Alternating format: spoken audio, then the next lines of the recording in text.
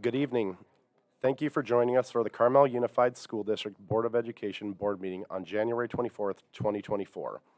I'd like to call this meeting to order at 5:30 p.m.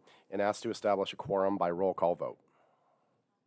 Board President, Jason Remenzi. Yes. Board Clerk, C. Barry Nachbar. Yes. Board Member, Sarah Hines. Yes. Board Member, Anne Marie Rosen. Yes. And for the record, I'd like to note that Board Member Carl Palestrini is not present at this time. My understanding is Carl will be trying to make it. He could not get out of an appointment that he had. I'd like to notify the audience that this open session will be audio taped, broadcast, and recorded for the district's YouTube channel. Can I receive a motion to adopt the agenda? I move to adopt the agenda. I'll second. Board President, Jason, We have a, oops, I'm not that tall. We have a motion, we need to have a motion. Our student presenters are actually attending the performance at the high school this evening, and we found out after that was posted to the agenda. So if we can get someone to make a motion with that amendment, that would be great. You should be able to amend the motion. I move the amended motion.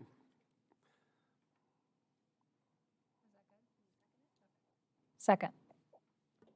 Board President, Jason Remenzi. Yes. Board Clerk, C. Barry Nachbar. Yes. Board Member, Sarah Hines. Yes. Board Member, Anne Marie Rosen. Yes. I'd like to ask Marcus to lead us in the Pledge of Allegiance.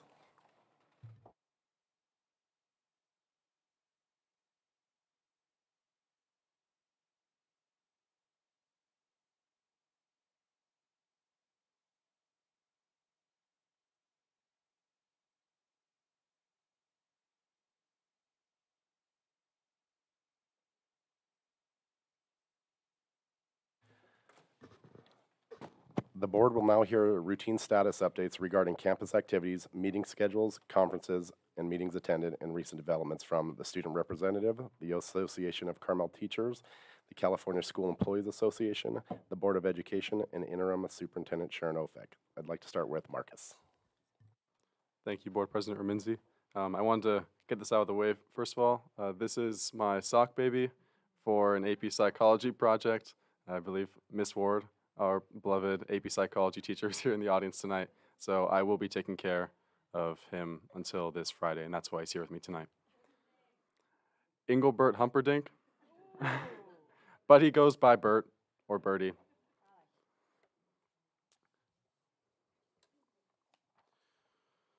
I have some sad news to start with, unfortunately. I'm deeply saddened to report the passing of one of our students at Carmel High School. Mackenzie Dykstra lost her battle with brain cancer on Christmas Eve over winter break. It's heart-wrenching when someone so young leaves us so soon, especially someone filled with so much light and love and joy as Mackenzie. I hope that students feel comfortable enough to talk about their feelings with someone else, whether they be their classmates, teachers, administrators, or coaches. The day back from winter break, teachers took some time in class to inform students of the tragic news and give them some time to soak that in. For students and staff who are experiencing grief or anxiety, the wellness centers at Carmel High School and Carmel Middle School are open. The service to celebrate Mackenzie's life was held at the Mission Basilica earlier today. In her honor, donations can be made to the Crayon Initiative. Some events and activities coming back from winter break. Here are some of the key things that happened, as well as some of the things I was involved in. On January 17th was the CHS Involved Leadership Workshop. It was almost the entire school day on that Wednesday, and the goal of that was to reach out to students who have assumed leadership positions in various ways on and off campus and may be interested in participating in the associated student body or running for elected office. We had about 50, 60 students come to that, and it was a great opportunity to brainstorm some future events and see where we can improve as student leaders and hopefully get more leaders to take charge and join us as well. On January 20th was the winter formal at Carmel High School. It was held at the Monterey Conference Center this year. On the 21st, the CHS Music Department held their annual mattress sale. That was this last weekend. From January 22nd to 26th this week, River School is hosting its Turn Off Technology Week. Also this week, Captain Cooper is hosting the Great Kindness Challenge Week, Kind Coins for Kenyan Kids. It's a service project that supports the Kids for Peace School in the village of Mackay, Kenya. It's helping provide full primary school education for 250 students ages 3 through 10. On January 23rd, yesterday, was the CHS Senior Minute Party at the school, and parents provided Chick-fil-A sandwiches and drinks to students. Today, the CHS Vapa Show is at 7 p.m., and that's also where the club members who are going to be presenting tonight are. Tomorrow, it will be the CCS Choir Festival starts, and it goes through Saturday, the 27th. Some of the projects that I've been working on at the high school, I'm working on the parking committee. There have been some discussions about the parking situation at the high school with limited supply and high demand, and so the student council has formed a parking committee composed of students from every class to identify concerns and propose solutions if necessary. I'm also planning a leadership workshop, kind of like the one that we did at the high school, that will be at the middle school. And I've been working with the student council at the high school to organize this and hopefully host this next Wednesday, the 31st. And it will expose middle school students to leadership opportunities and also give them the opportunity to help address some of the upcoming events and activities on their campus. I've also been working on the idea of perhaps separating the student board member and ASB president role. This idea came to me after I went to the student board member conference in San Francisco, and I was talking with other students from other schools, and I learned that it was actually it was common that those roles were separated, where in our district they are combined. So when you run for one, you automatically become both. And so I just brought this back to the council at the high school, and we're talking about potentially separating those, maybe having each their own election and or appointment process. I've been talking with Ms. Ofek about that as well as Ms. Powers, the activities director for the high school, and we're weighing the pros and cons so we can make the best decision about potentially making that modification if that's what we want to do. That is everything for me. Thank you. Thank you, Marcus. Can we now hear from the Association of Carmel Teachers? Good evening. I'm Elizabeth Marsh. I am the president of the Association of Carmel Teachers. And first, I'd like to voice my appreciation for our and this is Phil Crawford. This is our VP. So if there's any beautiful wording, it's his work. Thanks for the speech. Team effort too. And so first of all, I'd like to voice my appreciation for our association's bargaining team. Our team is thoughtful and dedicated. For most of our sessions, CSEA and ACT sit at the table with district staff, and I'm grateful for our partnership. At our last bargaining session, our ACT, CSEA, and district bargaining members reached consensus, and the tentative agreement was overwhelmingly ratified by our membership. I want to thank our committee members, Gina Walcott, Elisa Ibsen, Dana Redding, Juan Gomez, Sarah Greco, who are led by our bargaining chair, Michelle DiGirolamo. And part of our elections committee is Lee Cambra, who also helps with tentative agreements and voting or ratification. So she does yet another thing. Concurrently, ACT leadership is working on a comprehensive way to gather our members' bargaining input to complement the work of our incredible bargaining team. We're designing a shared document to enhance communication so that all members will have an opportunity to directly share their input and their ideas and wishes on what they want to see in their collective bargaining agreement. Additionally, we're working to create a committee to focus on contract language. Alongside this, our association is in the process of implementing a grievance committee. We're currently recruiting members for this group and will be creating bylaws to govern them. Moreover, we are investigating a more organized method for gathering and tracking employee concerns to support the success of the grievance committee. And while on the topic of concerns, it seems important to recognize that our ACT bargaining unit members were recently given opportunities to share their concerns with ACT leadership. The results of that feedback are being shared with members at their sites under the agreement that it will be kept confidential. While it is inappropriate to discuss those specific details here in this public forum, I do want our membership to know that your representative council hears your concerns and highly values your feedback. I see how committed you are to CUSD reaching its incredible potential as a school community. Your feedback demonstrates not only your strong dedication to make things better, but also the need for your ACT leaders, including this one, to work to make things better. We're working assiduously, I didn't say tirelessly, because I'm kind of tired, but we're working assiduously to create a strong, thoughtful plan to address and communicate your concerns. But a thoughtful plan is not synonymous with a swift one. It takes a lot of time and a lot of work to do it right.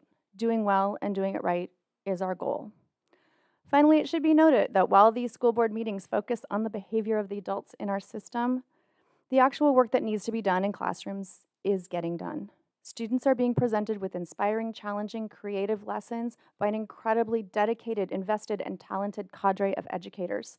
It's our hope that we will soon shift our focus back to our mission and to our students. Thank you. Have a good evening. Thank you very much.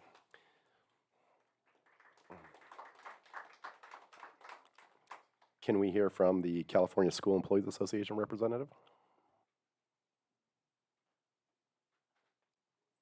So I would like to begin, there are quite a few CSEA members here, and I would like to begin by having all of you either stand up or come stand up here so that you can be recognized. And they're all sitting.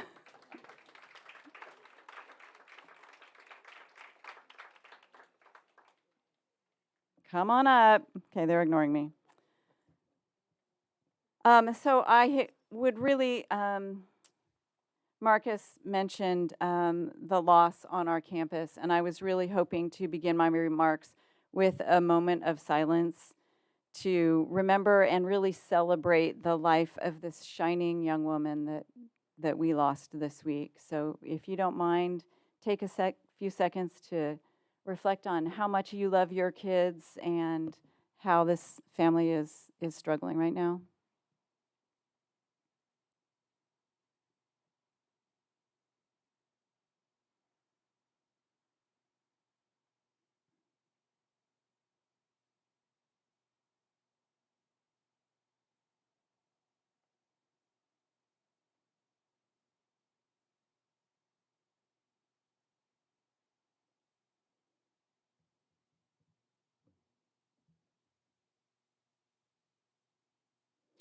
Thank you for that.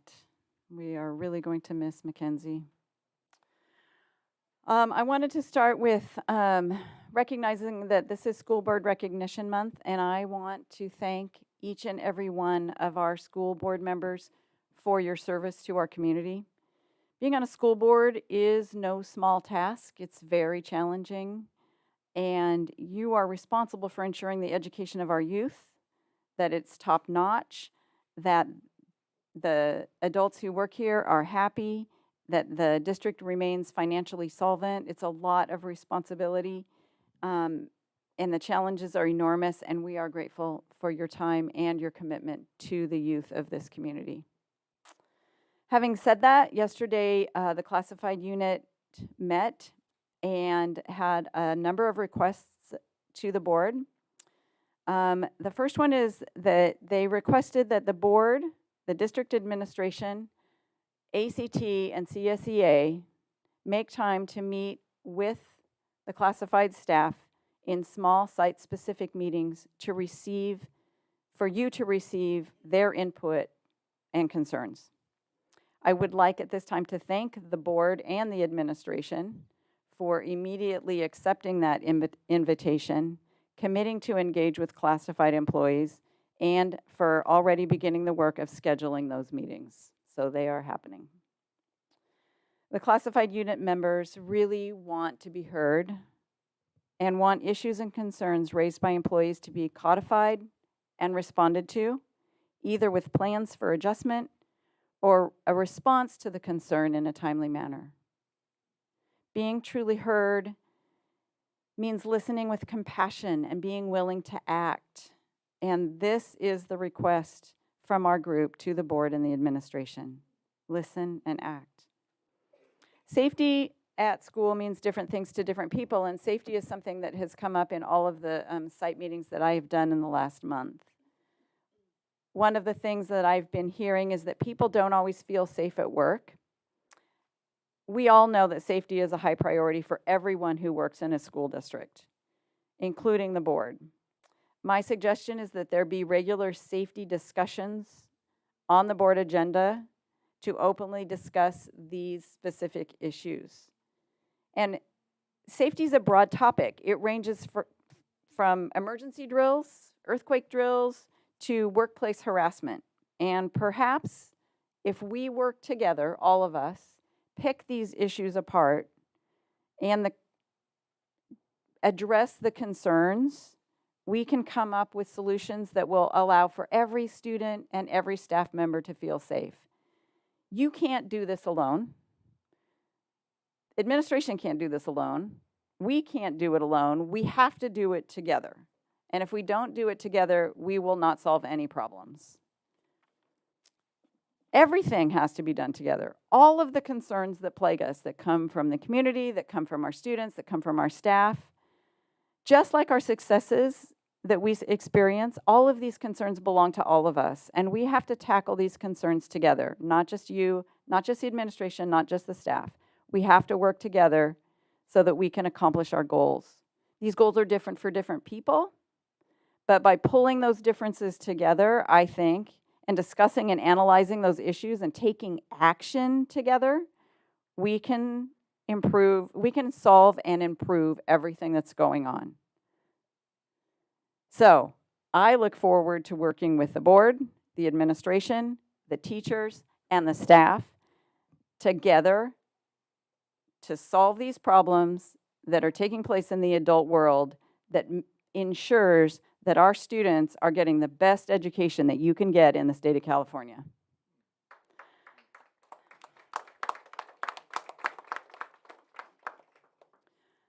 On another note, I would briefly like Adam Richards to raise his hand right here. A little celebration. Adam is a district mechanic and was recently featured in an article in School Bus Fleet magazine. This is a big magazine for the industry. And he was featured for his work here in CUSD, and there was a beautiful picture of his family and the whole thing. Family's right here. So congratulations, good work.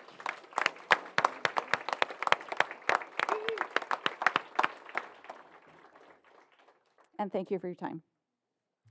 Thank you. I'd like to now hear from the Board of Education, and we'll start with Trustee Anne Marie Rosen. Hello, one and all. It's been a long day today for me. I started out at 4 a.m. headed to Stanford to take my daughter to go have surgery this morning. So I'm a little fuzzy here, so bear with me, please. I wanted to acknowledge the people who had filled out the survey that we heard on in December that the public didn't really get a chance to talk about. And so I was just going to point out a couple of things that Dr. Pitts did not get to that has been sort of bandied about the public, and just give you guys acknowledgement for having put that out there rather than making it a tokenistic gesture. It's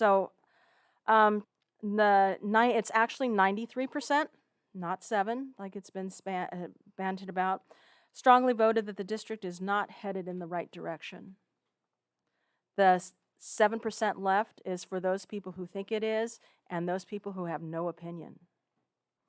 The 94% strongly voted that there is no transparency and communication from the district.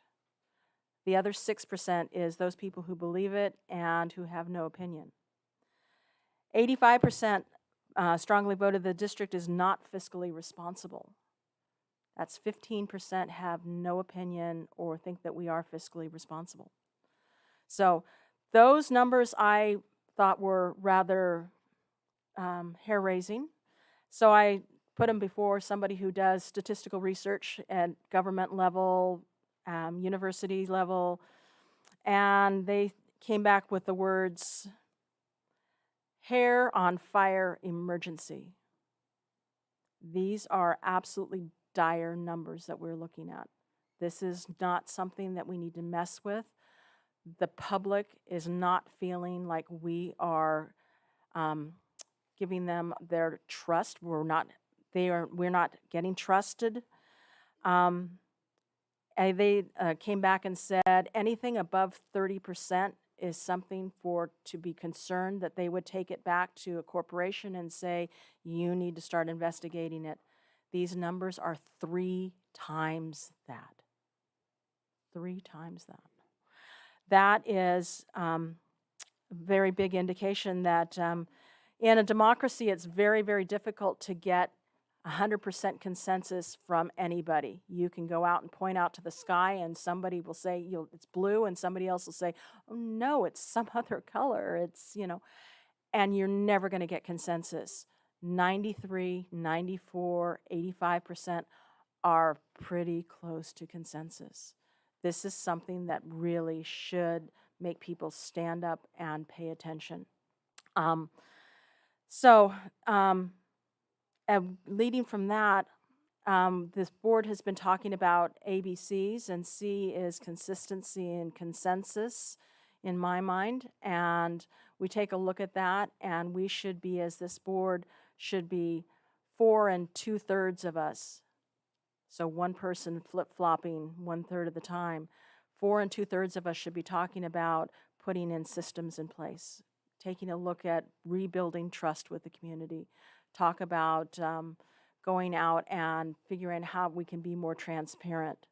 It's been done in public agencies who've had terrible transparency issues, and you can do it. So there is a lot of hope for this district. There is a lot of, we can be a textbook case. We have got natural integration going on here. We have got disparate voices. We've got socioeconomic diversity up the wazoo. And we have got all the pieces that we can put together. We just need to put them all on the table and make sure that everybody's on the same page. So this board really needs to give a good reflection back to what the community has to say whenever they take a look at things. So I wanted to put out some more statistics for you. A lot of people have asked me about Ted Knight's review. This board has voted not to publish the review, but there are some things that are out there in the public that the public has access to, and I call it the 1, 2, 3, 0. There was 1 private detective, 2 law firms, took 3 months, and found 0 cause to fire Ted Knight. 1 private detective, 2 law firms, 3 months, found 0 cause to fire Ted Knight. People have asked me why I voted no, and I figured out how I could possibly say this, and I'm going to put it back as a statement back to you. It costs nothing to bring somebody back to their job. You merely call them up and say, you need to come back. And he could have finished out his contract. So that's why I voted the way I voted. Being a superintendent is a professional position. You come in with a certain amount of expertise, akin to a doctor or accountant. Doctors and accountants tell people, no, you can't do that. Some people do not like to hear no and tend to shoot the messenger. How about if I leave it at that one? We have got 3 cases pending for Title IX. We've got 3 more that are in the hopper, and we've got a couple of more that are lurking about out there. We have got, I call it the 3/20. KSBW put out 3 episodes about us.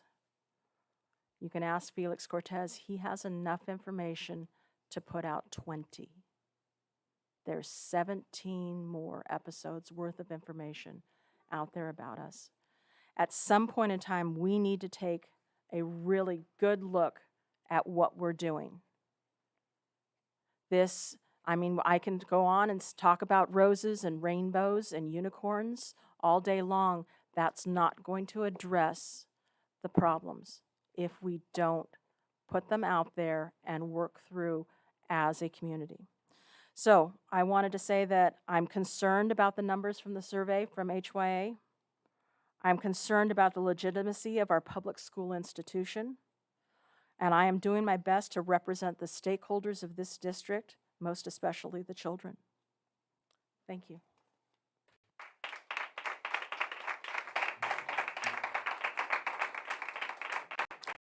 Thank you. Can we hear from Trustee Sarah Hines? Sorry. I'd like to begin my report this evening by expressing sincere gratitude to all of the current and previously elected officials that are in the room with us this evening. Your commitment and dedication to serving your community and beyond are commendable, and I appreciate all that you do to ensure the betterment of our community, our children, and our society. So thank you for joining us this evening. It does not go unnoticed. A couple of weeks ago, I successfully completed a 4-part training program called Governance Through an Equity Lens. And as I've mentioned in previous board reports, this comprehensive training program was aimed to enhance my understanding and application of equity principles in our decision-making processes. I appreciate the valuable insights gained from this training, and they will undoubtedly contribute to more inclusive and equitable policies and practices going forward. I also had the privilege between now and the previous meeting of attending a Carmel by the Sea City Council meeting alongside our Carmel High School ASB student representative, Alexander Frederick. I'd like to express my gratitude to Carmel by the Sea City Council for their warm welcome and continued collaboration with the district. This partnership continues to facilitate a greater understanding between the City Council and Carmel Unified, fostering channels for open communication and mutual support. I will also be in attendance again with our student for the February meeting, so thank you. Over the break, our winter break, Carmel High School hosted our annual winter basketball tournament, which was a resounding success. I'd like to extend my appreciation to all of the students across our county and even some outside of our county who attended this event with great enthusiasm and incredible sportsmanship throughout the entire competition. The spirited participation in this tournament showcased school spirit and a vibrant and engaging atmosphere. I'm proud of our Carmel High School students for representing our district in such a positive light. I'd also like to thank the many staff and students for their hard work and dedication throughout the tournament and all of the community members who showed up that were incredibly supportive. As we embark on a new year, I am eagerly looking forward to conducting more site visits. These site visits always allow me the ability to witness firsthand the incredible work being done by our dedicated staff and interact with our exceptional student body. Through these visits, I aim to further strengthen the bond between the board and those who we are serving. In closing, I'd like to once again express a heartfelt gratitude to all of our elected officials in the room, and I am proud of the progress that I've made alongside Sharon and Jason through our governance workshop, and I'm looking forward to what that means in the future and what the next steps are. And I'm looking forward to engaging with our students and staff through the site visits. And I really strongly hope that together we can continue striving for excellence as a team across this district. Thank you. Thank you. Can we hear from Trustees Seabury and Akbar, please?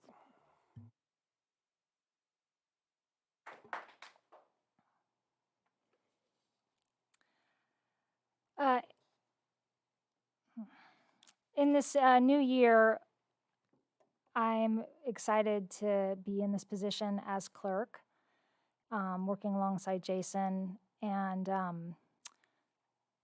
I look forward to addressing some of the comments that Anne-Marie made. I think this board, with our leadership, can do that. I think we have some challenges ahead of us, but we've also had a lot of difficult bumps in the road.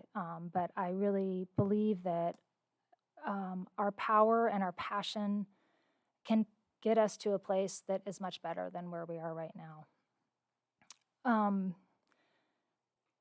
as a part of that, the CSBA conference was a huge catalyst for me because it was really empowering to hear from other board members that, and I've said this before, but many boards across the nation are in disrupt, and it's a difficult time to be a board member.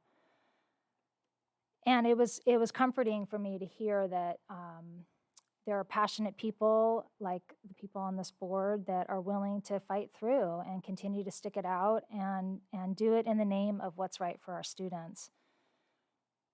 Part of the presentation that I went to at one of the CSBA presentations at the conference was focusing on the governing handbook. And I started looking through that and really trying to refocus this board on the policy and procedures that are our bylaws and what we should be following.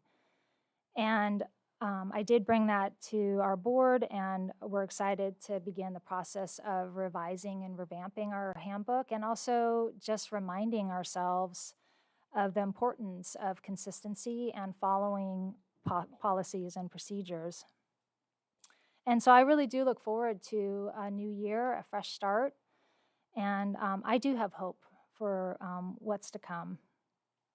As I was doing some of this review, there were a couple items that just reminded me how important it is to abide by the bylaws that we have in place already. And like I said, we'll be revising some of these, but I thought it was important enough to call out a few points that are in the book, in the handbook.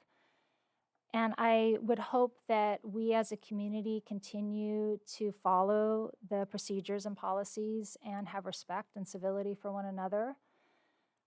But some of the points that were brought up is that the board will keep our focus on the best interest of our students.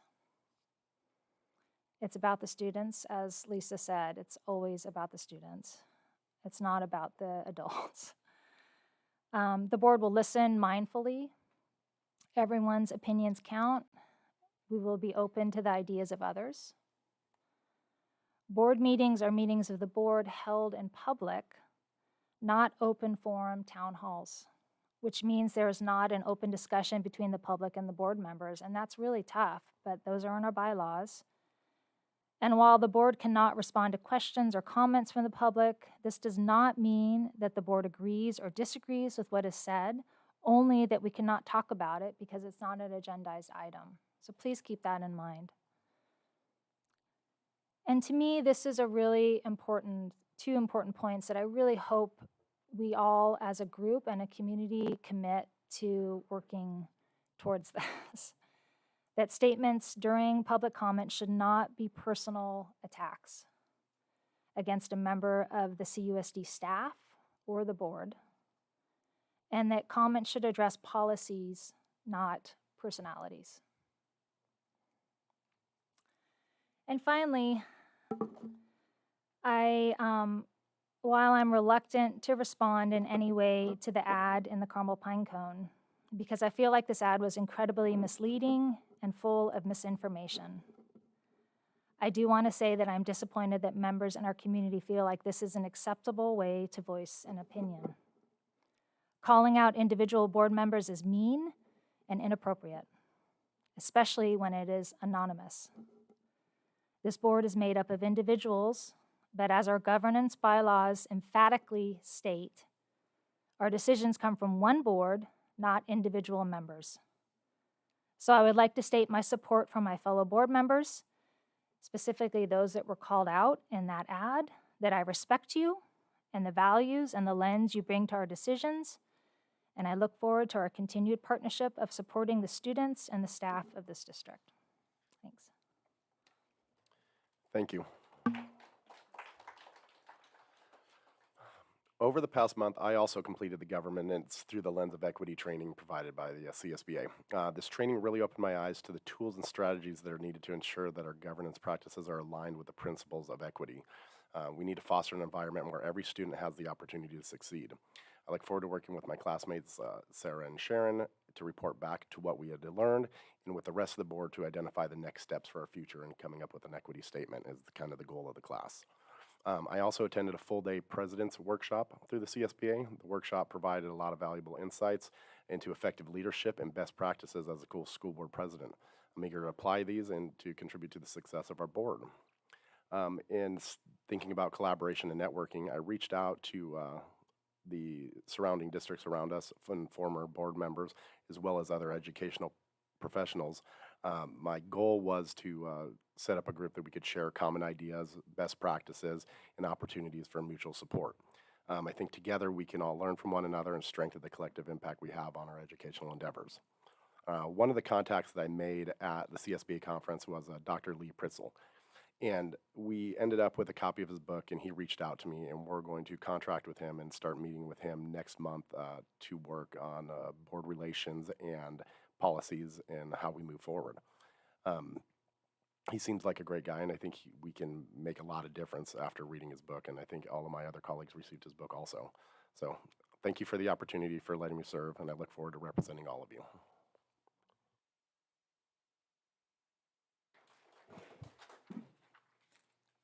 And now we'll hear from Interim Superintendent Sharon Ofek. Thank you, Jason. In the interest of brevity and getting to all of the folks who are here, I will share that in the time since our last meeting, I have immersed myself in various activities as well, some of which you've heard about from our board members, but also including site visits, discussions with administrators or administrative teams around goals and a forward view for our district for 24-25 that we can present to in the spring around some data-informed conversations that we're having. And in addition, meetings with community partners. Among ongoing initiatives to strengthen connections with our educational community, I've engaged in this time period in discussions with the Carmel Valley Rotary to potentially reinstate some or reinstitute some past events that have been successful here in Carmel that are intended to recognize the strengths of our students and highlight all of their amazing talents and skills. I've also maintained a relationship with the Leadership Carmel organization that is interested in enriching the leadership opportunities provided for our students.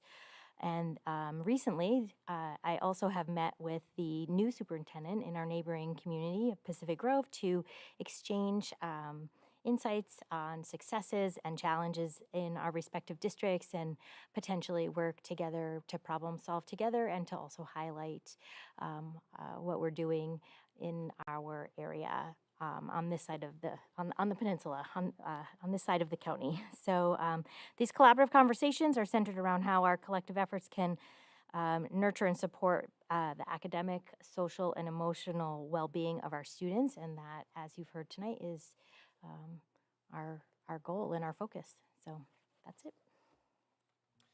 Thank you. Now we will open up the meeting for public comment on items on the agenda, both open and closed session items, as well as items within the board's jurisdiction, which are not on the agenda. Individual speakers shall be allowed 3 minutes to address the board on each agenda or non-agenda item. Any member of the public who utilizes a translator shall be provided at least twice the allotted time unless simultaneous translation equipment is used. Since public comment period is for members of the board to hear comments related to district business, we ask that speakers focus their comments on matters within the board's jurisdiction and direct their comments to the board. While the board welcomes and respects the rights of members of the public to share comments regarding matters within its jurisdiction, we are committed to maintaining a civil, respectful, and productive environment at our meetings where our families, staff, and the community feel safe to express themselves free from bullying, harassment, and threats. Additionally, per our board bylaws, the board shall not permit any disturbances or willful interruption of our meetings and persistent disruption by an individual or group, or any conduct of statements that threaten the safety of anyone at the meeting shall be grounds for the board to terminate the privilege of addressing the board. It is also important for members of the public to be aware that negative or derogatory comments made against district employees or other individuals, even those made during public board meeting, may be actionable civil defamation. There are processes available for lodging complaints about district employees that afford additional opportunity to be heard than is allowed under the open meeting law that governs this meeting. Information about those opportunities is available on the district's website. Finally, while the board welcomes public comment, the law prohibits the board from directly responding to comments or questions at this time. Public comment will start with ticket number 4.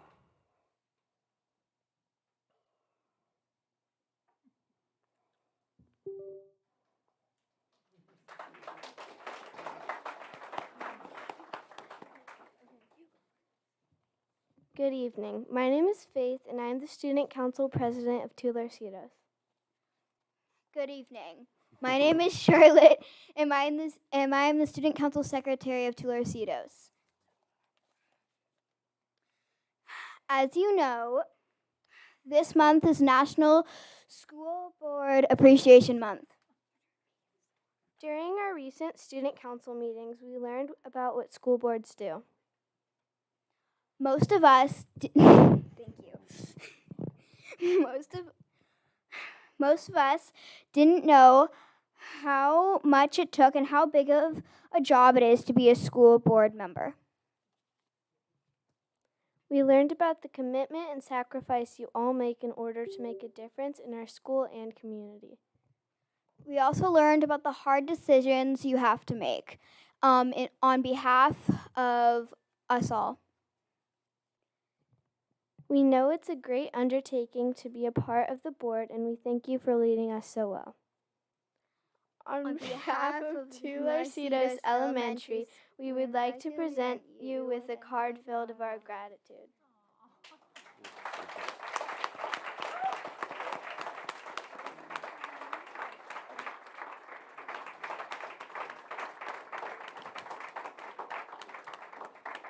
Thank you very much. That was unexpected.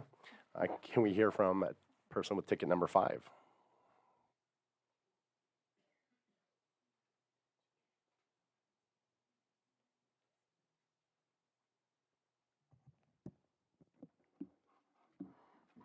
My name is Thomas Dooner, and I teach science at the high school. There are a significant number and percentage of employees of this district who have expressed they no longer have confidence in Craig Chavez's ability to manage the Human Resources Department.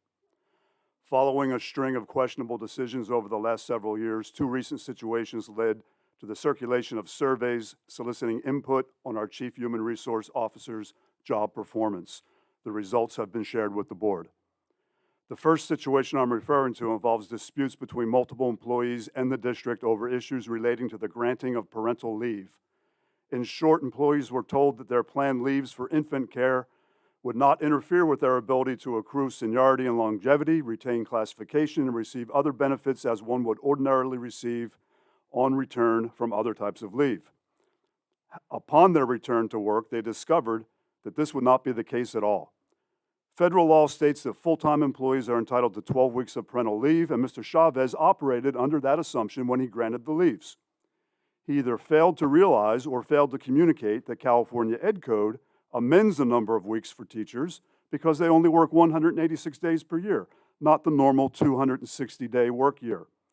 So teachers are actually only entitled to 9 weeks and 3 days of parental leave because it has been prorated. As a result of this miscalculation, these teachers have been adversely impacted in a variety of ways. Interim Superintendent Ofek stands firmly behind Mr. Chavez in this dispute. The district's response to these teachers has been to deny, disavow, and challenge their claims. The second situation involves a certificated teacher at Carmel High School who was placed on administrative leave on Wednesday, December 13th, based on second-hand speculation. A colleague of the teacher in question shared speculation about the teacher with a second colleague, who reported the speculation to an assistant principal, who reported it to the principal, who reported it to the district office. Mr. Chavez determined that the best course of action was to send a campus monitor to the teacher's classroom at 11:15 a.m. Wednesday and inform the teacher to report to the district office. The campus monitor remained in the teacher's classroom until the end of the day at 3:10 p.m. The teacher was not informed of the nature of the allegation, was sent home, and remained on leave the remainder of Wednesday, Thursday, Friday, and the Monday extending into the high school semester exam period. The speculation proved to be completely unfounded and untrue, and that fact could have been immediately determined by asking a simple question. District administrators have stated that they believe this incident is a textbook example of how this type of speculation should be handled. I believe it is a textbook example of why so many CUSD employees are in fear for their jobs every day that they come to school.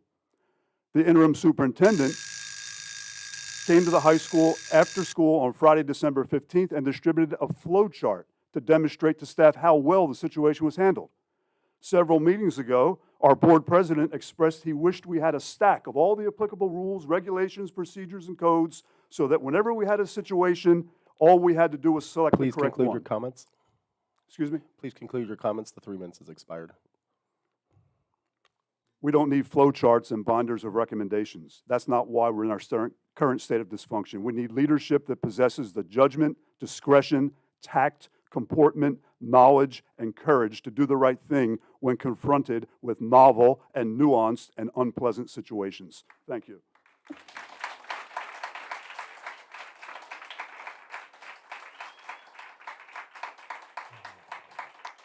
Thank you for your comments. We'll move on to ticket number 6.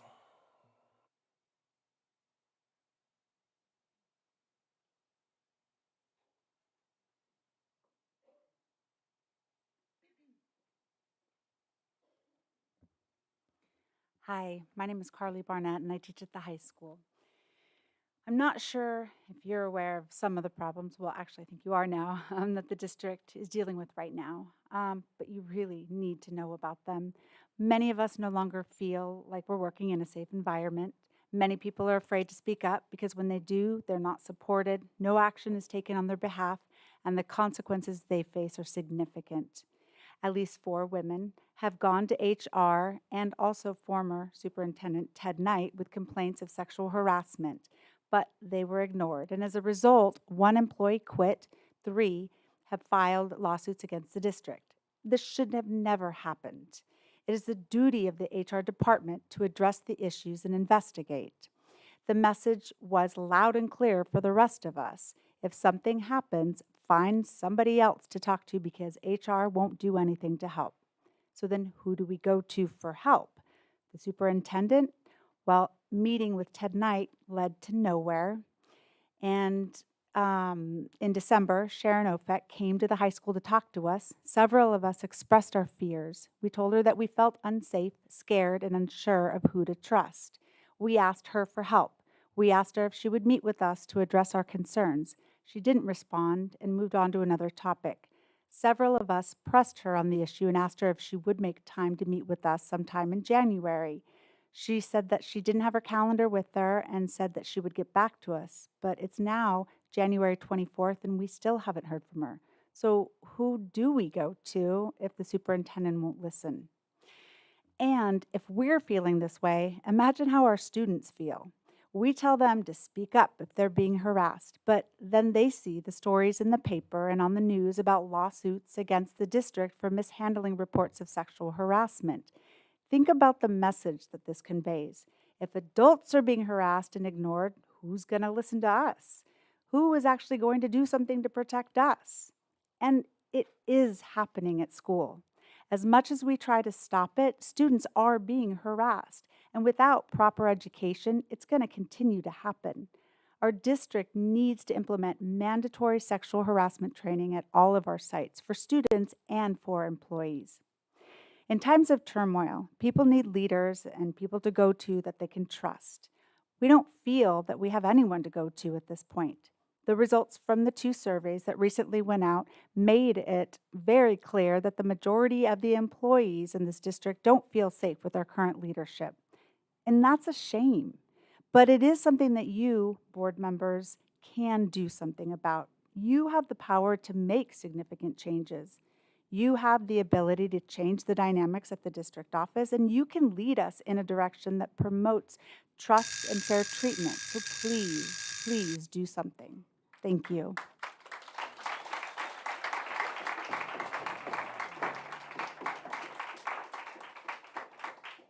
Thank you for your comments. Can we have ticket number 7?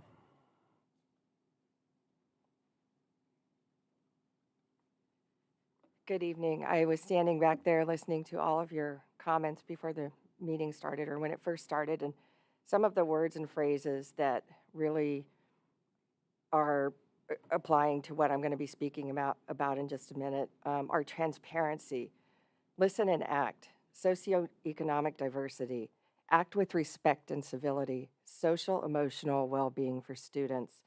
I just want to make you aware that the district is out of compliance with the McKinney-Vento Homeless Assistance Act. The McKinney-Vento Act clearly states that if a dispute arises, that the student shall remain enrolled in the school district until this dispute is resolved. A student has been unenrolled from the district and there is a dispute still pending. The McKinney-Vento Act is clear that if a dispute arises over eligibility, school selection, or enrollment, then the child, youth, or unaccompanied youth must be immediately enrolled in the school in which he or she is seeking enrollment, which is Carmel Unified. There's a pending complaint and investigation being conducted by the California Department of Education currently. This dispute has not been resolved. It is ongoing, and the district will not allow the student to re-enroll until a finding has been issued by CDE. In addition to that, this student has a disability and is dealing with socioeconomic hardships. So I hope you all have a wonderful weekend. I will be spending mine writing a civil rights complaint for disability and socioeconomic discrimination. Thank you.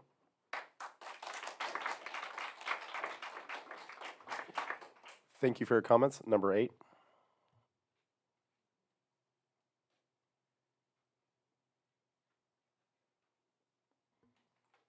Number 8. We'll move on to number 9.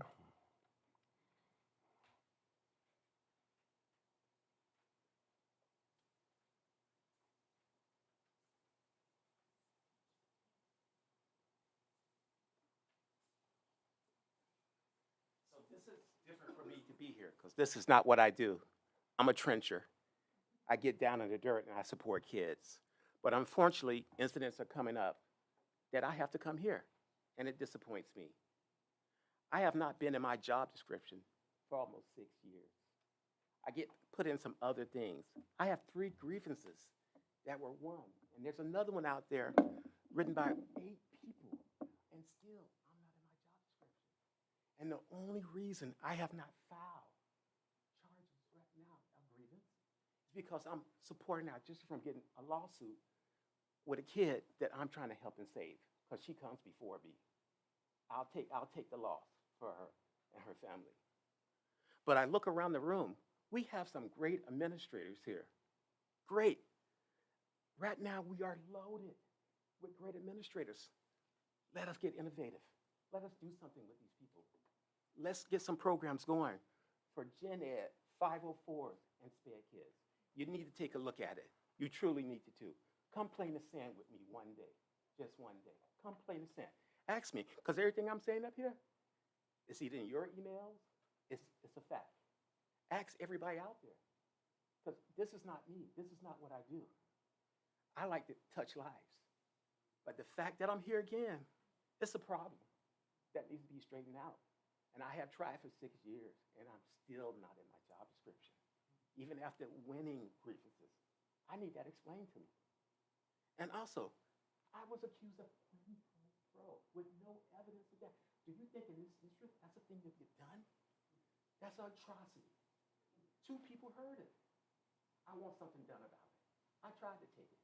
Guess what's where I was today? At the dentist fixing a chipped tooth, because that's what I do at night. I grind my teeth because of the stress and nonsense from that. I don't know what you were doing when you were 16, but guess what I was doing? Graduated from Marine Corps boot camp, Paris, Allen, South Carolina. I know what fair and honorable are. I live that every day. To be treated that way, be accused of that, that's deep. And I would like something done.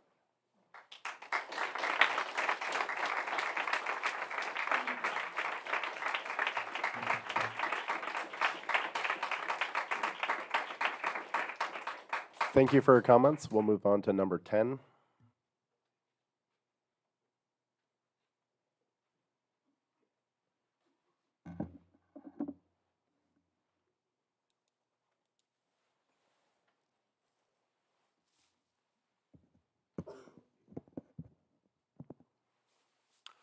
My name is Jim Sukin. I live on Carmel Hills Drive. And the reason I'm talking to you has to do with a perennial problem that was exacerbated significantly by flag football and Next Level. Next Level is a supporter of flag football. on January 7th and January 14th, the parking along Carmel Hills Drive was horrendous. On the 14th, it was so bad that you could not get an emergency vehicle through. It was narrowed down to one lane because cars were parked and they were sticking out into the roadway. And people who were walking on Carmel Hills Drive were dodging cars that were trying to maneuver. Now, I wrote the board, the superintendent, the principal, 2 emails on approximately the 5th and on the 11th, on the 9th and probably on the 16th. I got responses from 2 people, Carl Palestrini and from the superintendent. Crickets from the rest of you. Not even an acknowledgement that this is an issue that you would be investigating, or an indication of sympathy, or a recognition that the school district has a responsibility to the community that it is embedded in. You are elected representatives by the people in the community. We are your stakeholders. You need to be responsible not just internally, which we've heard a lot about, and there are significant challenges that you're facing, but also to the people who are within the district. I have been living on Carmel Hills Drive for 35 years. In the last 6 to 7 years, the situation with parking, with trying to leave in the morning and in the afternoon has gotten significantly worse. And so you really need to be focusing on the concerns of the community. In fact, we were not even informed that there were going to be these flag football events. No one reached out to the people living on Carmel Hills Drive to let them know what was happening. So, given that this problem is significant for something like flag football, I shudder what it will be like when you put in stadium lights and you have Friday night football, particularly since you're lessening the CEQA requirements. Thank you.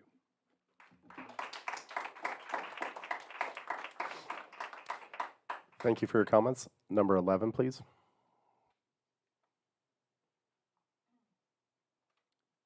Good evening, everyone. So Jim just spoke about the daytime problem.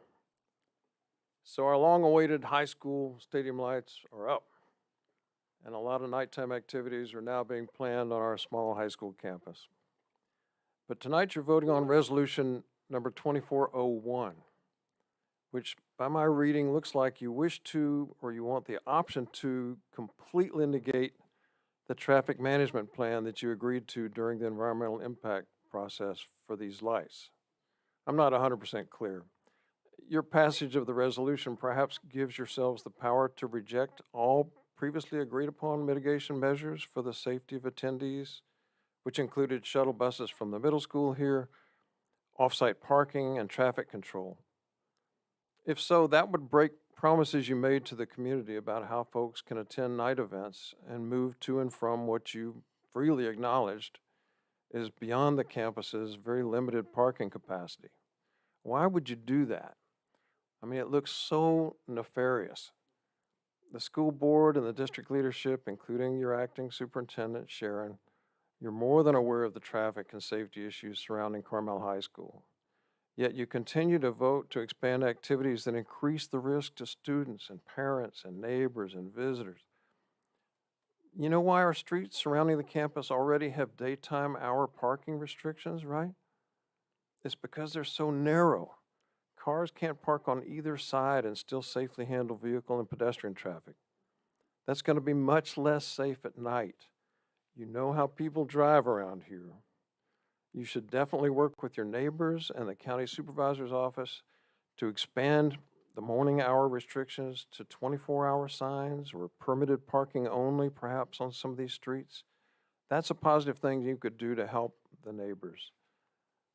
Because I'll tell you, in a lifetime of military service, it became a virtual certainty to me that whenever we took shortcuts with regard to safety, we lived to regret it. That included working with some big name industry contractors like the Boeing Company, who's been in the news a lot lately. God forbid that somebody ever gets hurt. You've got enough lawsuits going on already, but I'll make you a promise that I will not break. I will testify in court on how each of you voted if an injury victim brings suit against you collectively or individually, if you've done anything to compromise safety on our streets. You've got to be held accountable for the role that you played. My advice to you is to do the right thing with regard to this resolution and keep safety paramount. I also think you'd be well served to have some town halls. Thanks.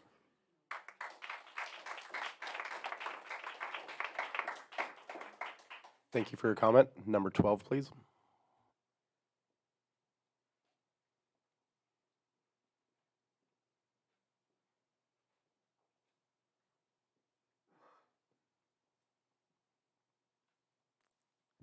Hello, everyone. My name is Edna Alvarado, and I'm very grateful for all of you, just to see how many are interested in our students and to make a difference in the education of them, and to really just encourage the board members to take a really deep look into things that affect all of us.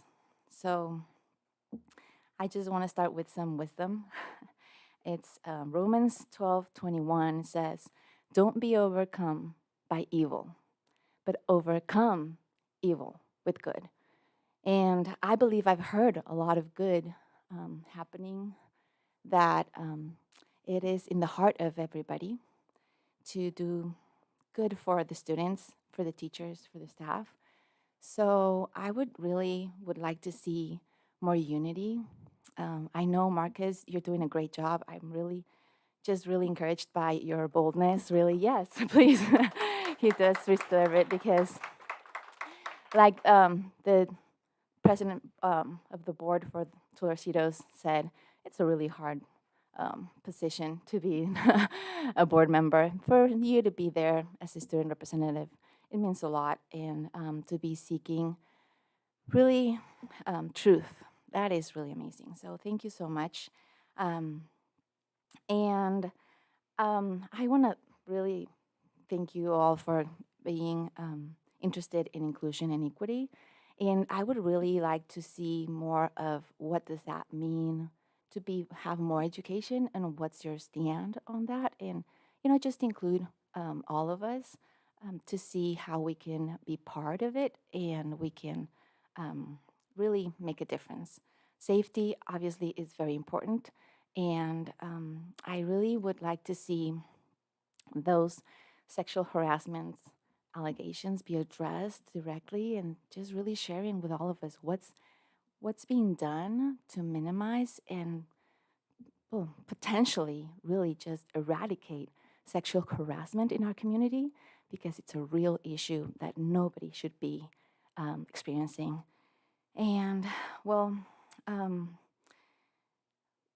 just real quick, back to inclusivity. If you ever need a translator, I'm bilingual and fluent, so please, in any board meeting, I'll be happy to do so. And education, so important. Just please encourage everybody to come. I know maybe that was not very acceptable, the way the publication at the Pinecone happened, but I'm pretty sure that brought a lot of people in. So maybe just, be more open. And I had to ask how to get to these board meetings, And because I'm interested, I just believe that we should be more open to when this is happening. Thank you so much.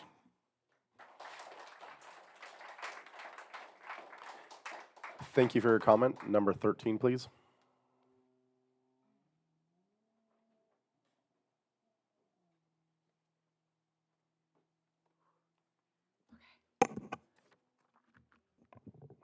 Hi, my name is Nora Ward, and I teach AP Psychology at the high school.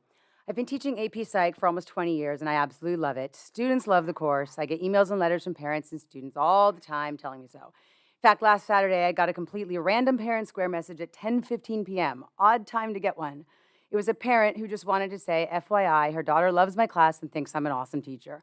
I love getting messages like this, and I love how many students seek out careers in psychology because a spark was lit in my class. What I don't love is students have to take a highly stressful exam at the end of the year and pass it in order to get college credit. This is where dual enrollment comes in.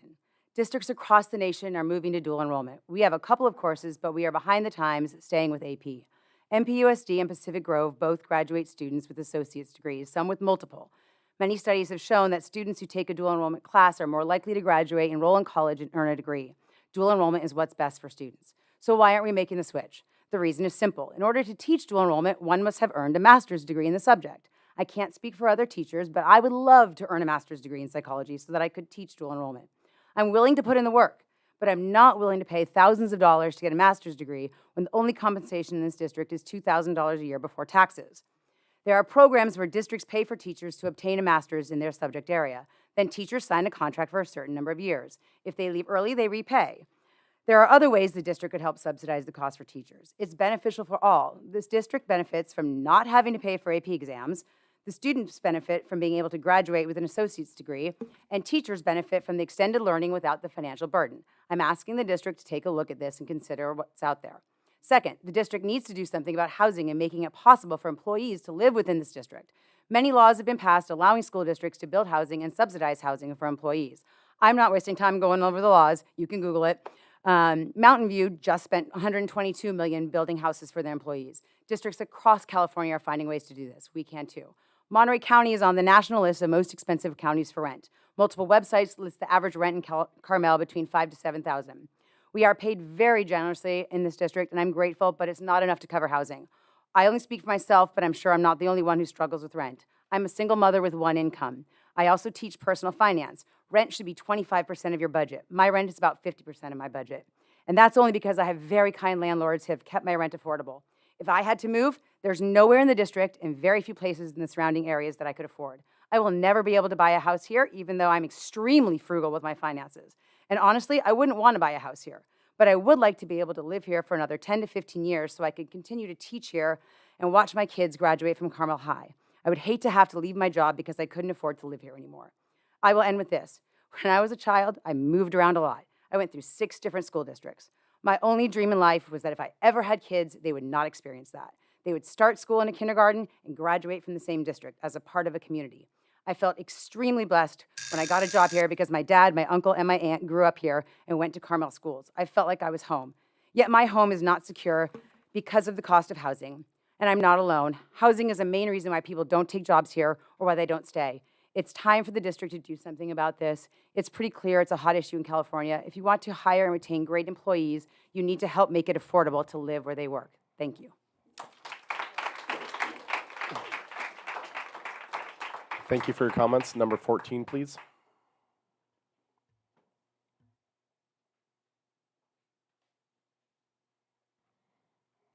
Number 14. Move on to number 15, please. Is there anybody else who would like to speak?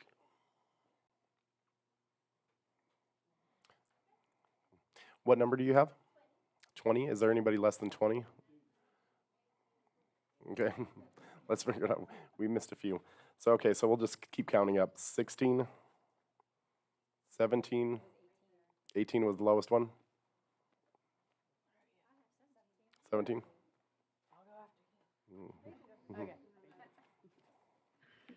Okay. I sent an all CUSD staff email on December 15th to communicate my drive and motivation to bring us together as a district and to move forward in a positive direction. I asked the staff to join me today as part of moving forward together. We want to move forward. We want to be here for the positive change. We want to see transparency. We want a voice that is productive. We want to continue to be here. We have continued to be here through the turmoil with hope in our hearts and smile on our faces. We have people hurting, people suffering, people have given a huge part of their lives to this district and are looking for a way out. We have board members fighting in public and making personal attacks against each other. We are all a part of something bigger than ourselves. We need to show it, be adults, lead by example. We are in education and should be leaders for our students. I am more than insulted to hear we are bringing up Ted Knight and how can we move forward and repair. I had every intention to follow through with my original message. A part of my mission is how can we positively support others and impact those around me. Part of that positivity is standing up and supporting those in fear of speaking. This is hindering our ability to heal and move forward. A major conflict is the handling of personnel matters in this district. I have never seen so many sensitive issues become so public and traumatic. All because of how they're being handled. This is not how we treat our own people.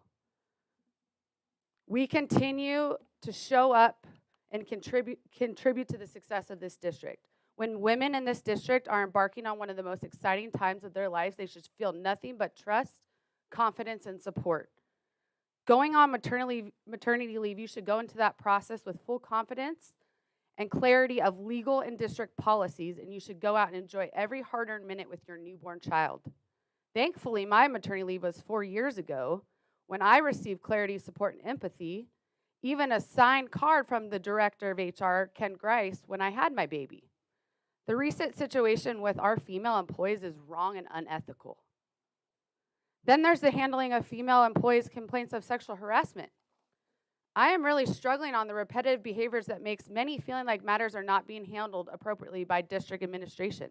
I cannot help but question, should a woman in this district be concerned on how they're continually treated by district administration? Is it safe to be here?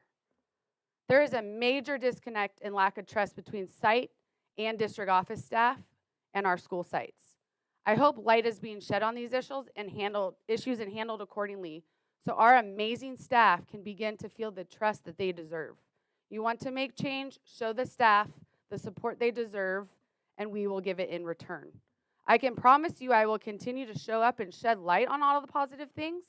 I even have big plans to start a committee where we go around and share these positive things around the district. But we are broken. I'm almost done. Broken things can be fixed. You need the proper glue. Then we can start fresh and create something better. We are ready to get behind a leader to move us forward, but we are broken. We have suffered extreme amounts of trauma, and together we can see this through, but you must address these core issues and show us that we are truly valued and mattered. But what is missing is the trust and leadership. Once we gain that trust, we can feel more confidence in the system, and this will then take time and necessary changes in district leadership to allow this to happen. What we can control is ourselves, and what we know is true, which is the people showing up here today are the reason our students are still thriving. They're the reason our reputation remains somewhat intact, and they are the ones who have weathered the storm to show up for our students. Please show up for us so we can move forward.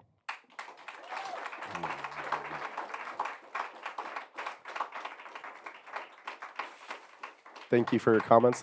I believe we're on number 17. Are we 17? Thanks. Hello. So my name is Rita Patel, former board member and mother of 4 children, all who attended Carmel Unified School District K through 12. I'm here to share I was in charge of 2 superintendent searches for CUSD. Past practice has been to conduct a search, inviting both internal and external candidates to apply. By conducting a search, we eliminated any public perception of any impropriety by any board members, lobbying groups, or internal political pressure. You level the playing field for all candidates, compare and contrast candidates. You learn a lot regarding their goals, their vision for our district, their positions on academics, college-going career, CTE, DEI implementation, how they would handle the challenges we are facing today.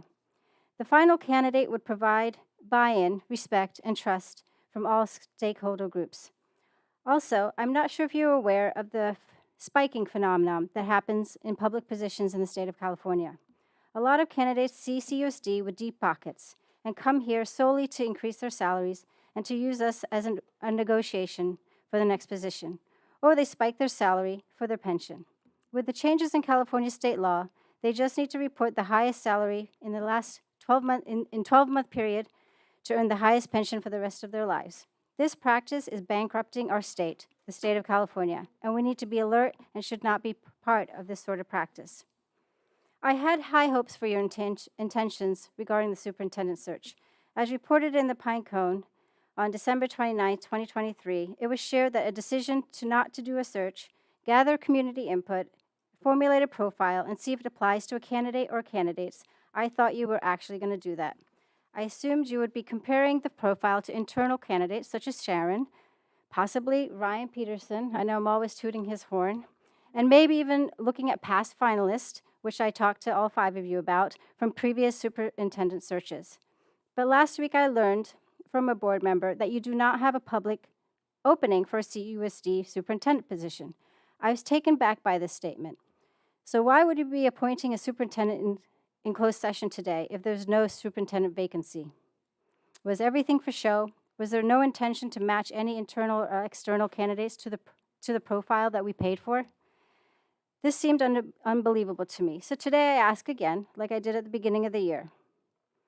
I believe you need to conduct an open and transparent search with all stakeholders participating and let the best candidate earn and win this position. And if you are exhausted and do not want to do a search, keep the position as interim. Let the new elected board in November conduct the search and start fresh. You have already paid out 2 superintendents, and I think it would be incredibly irresponsible of you to award a multi-year contract on your way out the door, tying the hands of the new board. Thank you.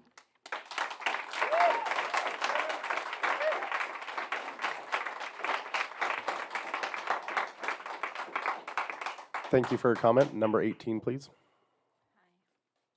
Can we get Rita back on the board? Good evening, everyone. My name is Evelyn Dinser, a parent of 4 children. 2 have already graduated from Carmel High School, and our younger 2 are still in elementary school. So I've been here for many years, and I'm going to be for many, many more. While I've never really loved addressing, I think I've only done it once before, the board publicly before, my commitment to my children's education has led me to this moment. My primary concern is that the board seems to be losing sight of its core mission and unfortunately appears to be unwilling to prioritize our children's education. Schools exist for one main purpose: education. The goal is to equip our children with a strong academic foundation and prepare them to be productive and considerate members of society. Many families, including mine, have made sacrifices and chosen to be in this district in the belief that our children will receive the best education possible. Regrettably, it seems the board's focus has shifted away from academics and responsible fiscal management. You've paid well over $1 million to people not to work. Ridiculous. You paid there are enormous legal costs that under your leadership have added up to at least a couple $1 million. And speaking of lawsuits, a quick search on Monterey County Superior Court website shows that between the years of 2002 and 2020, CUSD was involved in 8 lawsuits, 18 years and 8 lawsuits. From 2020 to date, the new number of lawsuits is 12. 3 years, 12 lawsuits. And as I'm hearing, many more in the pipeline. This is outrageous. So the legal costs will only keep climbing due to your inability to manage this district responsibly. Well, it gets worse. Our budget has increased by about $20 million to $80 million in the last probably about 5-6 years. Our enrollment, however, has declined by about 10% during the same period. Our full-time staff has increased by 15 to 20% during the same time period. Our monthly payroll expense has gone from $5 million in December 2021 to $6 million in December of 2023, 20% increase in 2 years. So where is the staff? And why do we keep hiring people while our enrollment is declining year after year? Now, this doesn't even include the wonderful aides we have in the classrooms because they're all part-time, probably the same for bus drivers and lunch ladies. Parents, you need to really pay attention to this following part because it's not like our academic achievements, scores, and rankings with all this extra budget, staff, and fewer students are improving. State testing is showing that our kids are performing well over 10% worse now, district-wide, than they were 8 years ago. And some numbers are really shocking. At Carmel High, the kids we are building up to go out to the real world, only 46% scored proficient in math last year. That's a 30 to 40% drop in just a few years. Sorry, I have to go. And it's not just the high school. River School, there are some shocking numbers there as well, from 80% to 58.33% in just 1 year. And no, it's not because of COVID. Because statewide, those numbers dropped on average just a few percent. There are many more of those examples. Are you guys paying attention to these numbers? And what are you doing about it? Are you keeping track of this academic data? Are you meeting with high school counselors and administrators or any other administrators in any of the schools? Do you know what they need to help our kids succeed at every grade level and succeed beyond high school, whether it's in a four-year college or trade school or workforce? Do you have and analyze the data trends of our students, different groups of students, grade levels, different subjects, AP scores, PSAT scores, ACT scores, to find out what you can do to improve our children's chances at the best possible outcome for their entire future? It's crucial for the board to focus on academic outcomes, analyze data trends, and collaborate with educators to ensure our children are well prepared for life beyond high school and in the real world. Unfortunately, recent board decisions and interpersonal dynamics raise doubts about the capability to make sound choices. We need a forward-thinking board that prioritizes academic excellence, avoids unnecessary financial burdens, and ensures that all positions, including the superintendent, are filled based on merit rather than personal connections. Let's strive for transparency, honest discussions, and solutions that benefit our students and our entire community.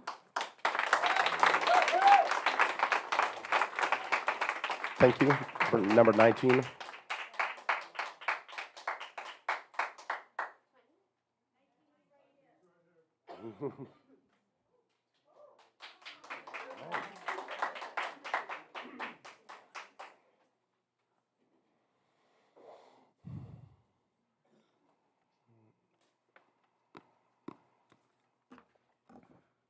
Good evening. My name is Linda Galupo. I've been employed with CUSD for 39 years. I attended elementary, middle, and high school.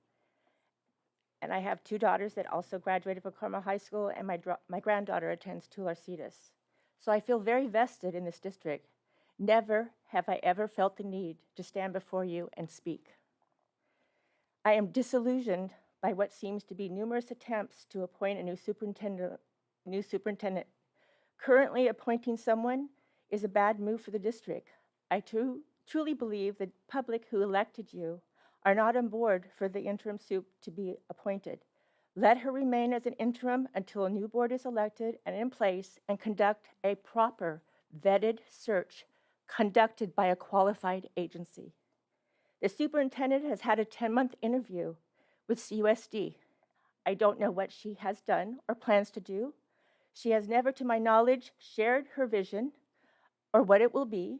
I have witnessed no change for the positive under her leadership.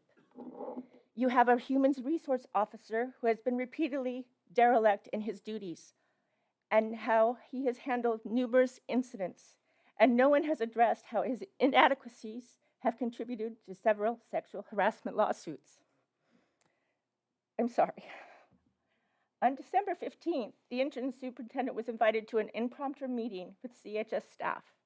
During this meeting, 3 female employees, one in tears, voiced their concerns about sexual harassment reporting, how they did not feel comfortable reporting to human resources, and questioned how the district was handling such reports. After finishing speaking, I was expecting some response from the interim superintendent, but what she did, say, or do, absolutely nothing. Not even a word about what was said, no validation of their concerns. That, in my opinion, would have been a moment for someone who wants to lead, would have addressed the staff with a strong response of support. We need a leader that will confront the issues that are plaguing this district. In moving forward, I feel you as board members need to come together and present a united front in your decision-making process. Thank you.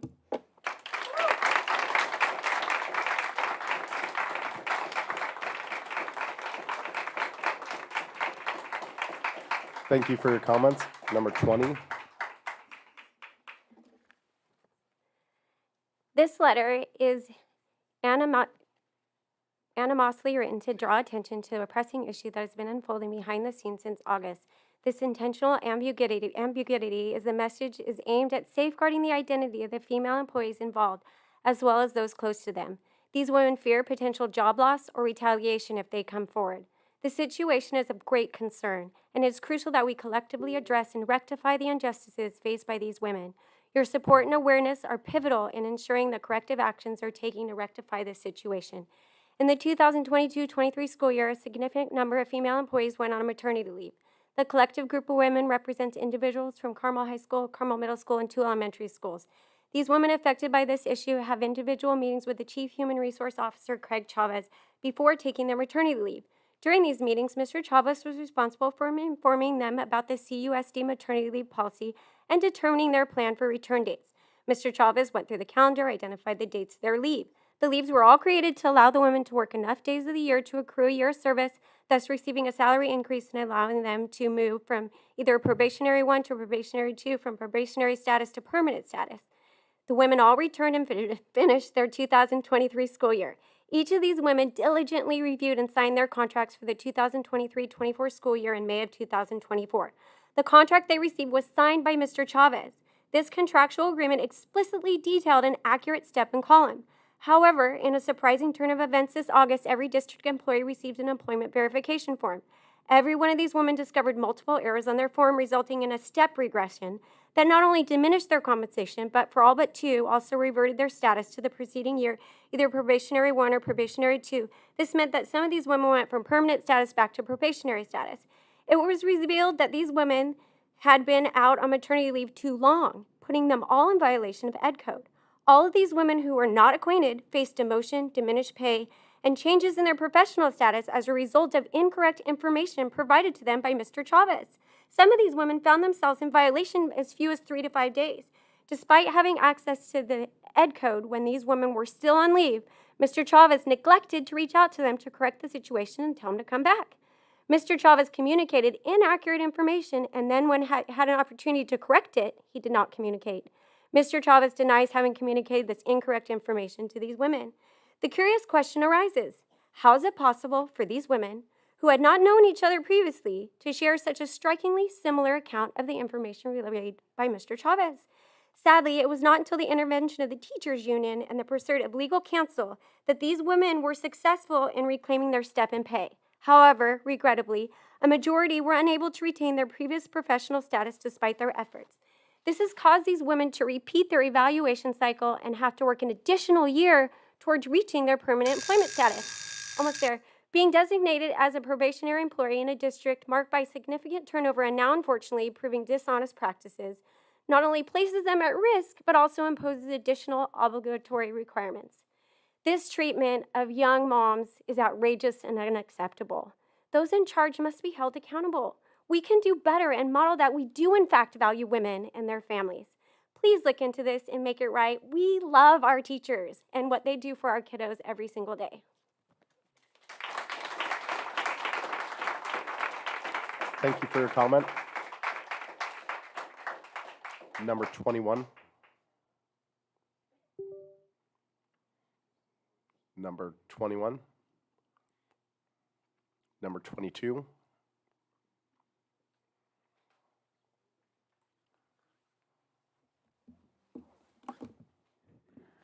Hi, I'm Christina Bell. I'm a parent at Carmelo and at River School. I'm hearing some really serious problems, especially from the people who work for this district. Like this is the backbone of our schools. My feeling tonight, thinking about the appointment of Sharon Ophek, is that she was appointed last March, and since then she's had to do 2 jobs. And if she doesn't get appointed and she's going to be an interim for a while, then we have until next January that the board's appointed that they could even start a search or do anything. My feeling is if we want change and we want progress to any of these things you guys are talking about, we should offer her a contract for however long the board decides. Maybe it is just a year, so the new board can come in and make a new decision. But until Sharon has proper support and a deputy superintendent, my feeling is some of these changes that we're wanting, some of these support structures, some of these systems and processes are going to be challenging to put into place because there will not be long-term goals. It'll just be folding the laundry and just doing the daily tasks of the district. Now, if Sharon is not appointed, and I'm seeing you guys shaking your heads, like, it's okay that we have differences, and that I think is the beautiful thing about this district. But my feeling, I have things, I have concerns about this district, and lots of the things you guys are talking about I'm concerned about. But I am looking forward. I'm not sure how we're gonna survive a year without a strong leader with proper support. So maybe that's the unpopular opinion here, but I think we need to think about like the actual processes and policies that we can start putting in place, and it's just been chaos for a long time. So my vote would be for the board to appoint Sharon tonight so she can actually start making changes and getting the proper support and hiring a deputy. And if that's not the case, then we need to start finding someone permanent, and maybe you guys need to take that on. Also, an unpopular opinion. I want change to happen sooner than later. I want to be able to start working with our administration without them saying like, well, I don't know, I don't know how much longer I'm going to be here. Doesn't feel fair to me and my kids that we have to wait for so much longer to affect change. Thank you. Thank you for your comments. Were you number 22? So looking for number 23.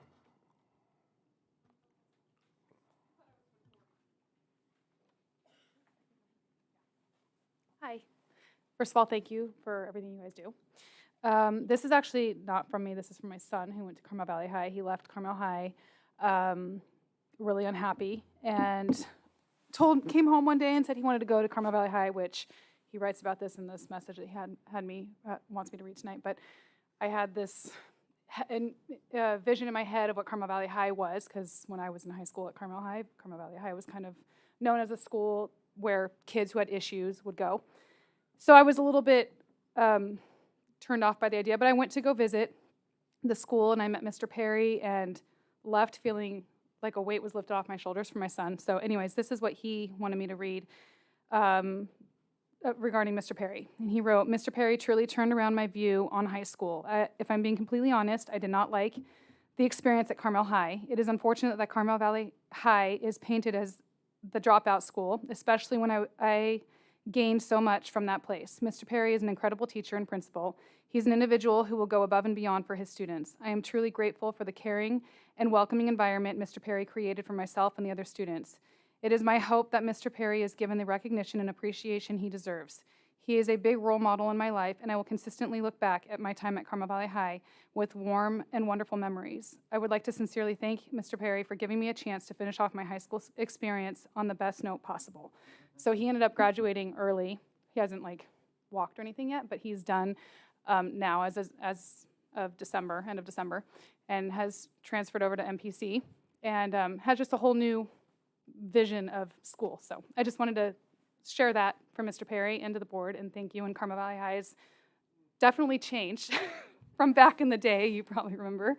And the other thing I wanted to say is if we're, I didn't write it down, but if we're expecting, I think about the board almost as kind of like parents, and we're told as parents to always be a united front and, tackle whatever issues or parenting issues, whatever, with our children as a united front. And I feel like it's extremely important. It's clear as day that you guys are not a united front.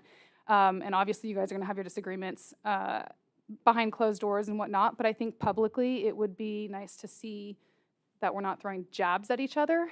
It was a little unfortunate tonight to see that as a parent and as a staff member to watch certain things be said or listen to certain things be said. I think sometimes it would be more reassuring if everyone is at least putting on a united front for us, and we do need to get to a better place, I think, in the future. So hopefully we can get there together.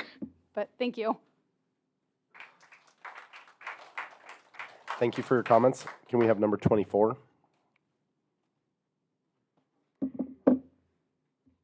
Hello, I'm a parent of 3 at CUSD, and I suppose a member of the vocal minority, speaking for a fearful majority.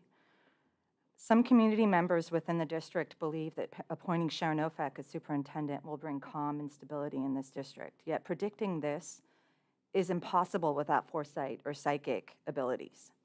However, what we do have, and I, as a background of systems analyst in tech, is knowledge grounded in historical evidence, patterns, and public records. The majority of the current Board of Trustees advocating for Ms. Ofek have a track record of poor decision-making, resulting in the dismissal of 2 superintendents, a principal, numerous lawsuits, payoffs, Browns Act violations, and misuse of taxpayer funds as recently as the sham survey conducted by Valerie Pitts of Hazard, Young, and Atea. More revelations will surely emerge in the future, maybe under witness subpoena per the Davi case against the CUSD Board of Trustees. I implore the community to trust the traditional process and protocol. Don't forget that this board had to be sued a few years ago so that we, the public, could be allowed, as we are right now, to pick paper numbers and speak for a controlled 3 minutes. I implore the board to adhere to the process that has served previous boards and open the superintendent position to other candidates and subject Ms. Ofek to the same evaluation process for a fair comparison. My primary concern is that personal missions have overshadowed the district's purpose to educate and prepare our children.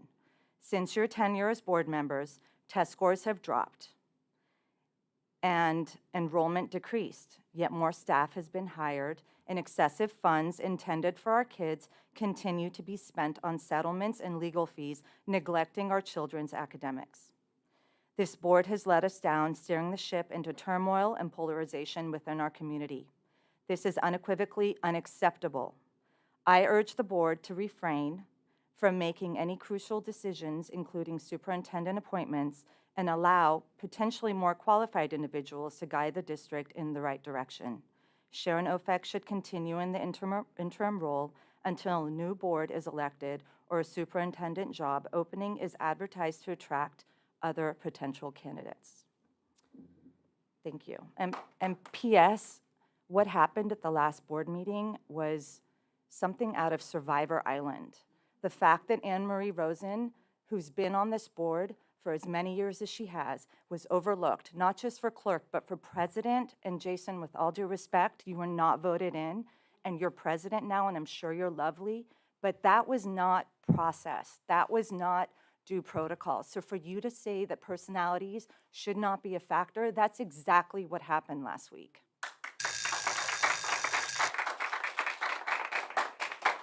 Thank you for your comments. Number 25.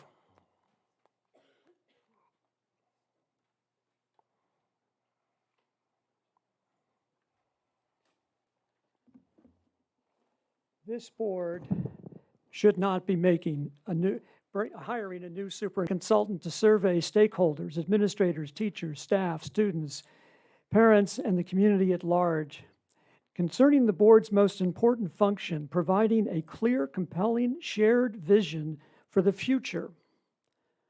Only 10% of the respondents agreed. 0% of the administrators agreed, 0% of the public agreed, and 0% of the students thought you were providing a vision for the future. Overall, only 7% of the respondents thought the district was headed in the right direction, or the other way is 97% thought you were going in the wrong direction. A 7% approval rating is abysmal. It is something you should be totally embarrassed by. You are taking this district in the wrong direction. Your direction is one of more loose lawsuits for sexual harassment. You pay a perpetrator to go away and and then fire the victim. That's not right. You hired superintendents Barb Del Varga and Ted Knight, and then paid them to leave early with no explanation or justification. You are being sued because you made an illegal gift of public funds. You hire investigators and don't admit that they uncovered no wrongdoing. You hire more and more lawyers. You don't hire computer technicians and other critically needed institutional staff to aid students and teachers. You conduct so much of your business behind closed doors, are afraid to tell the community the truth. Now we learn the county DA is apparently investigating you for Brown Act violations, and to top it off, student test scores are declining. You are not the school district to make this, that are heading in the right direction. For board members who especially got us into this mess, and you know who you are, do you care more about your position on the board, or do you care more about the students and teachers in the district? Because if you really care about the education of our youth, you would step aside. Thank you for your past service, but the time has come for new people to take this district in the right direction. CUSD used to have a stellar reputation. Now it has been badly tarnished. We know you didn't mean to do that. Circumstances and events get out of hand.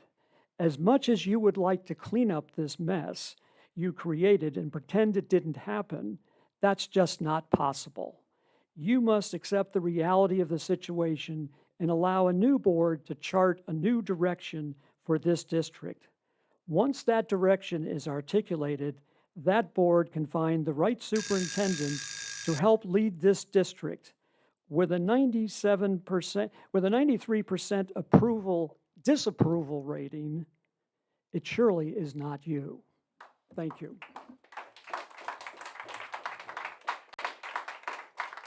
Thank you for your comments. Number 26, is there number 26? Number 27? Number 28? Is there anybody else that grabbed a number that would like to talk? I think we're out of numbers, so go ahead.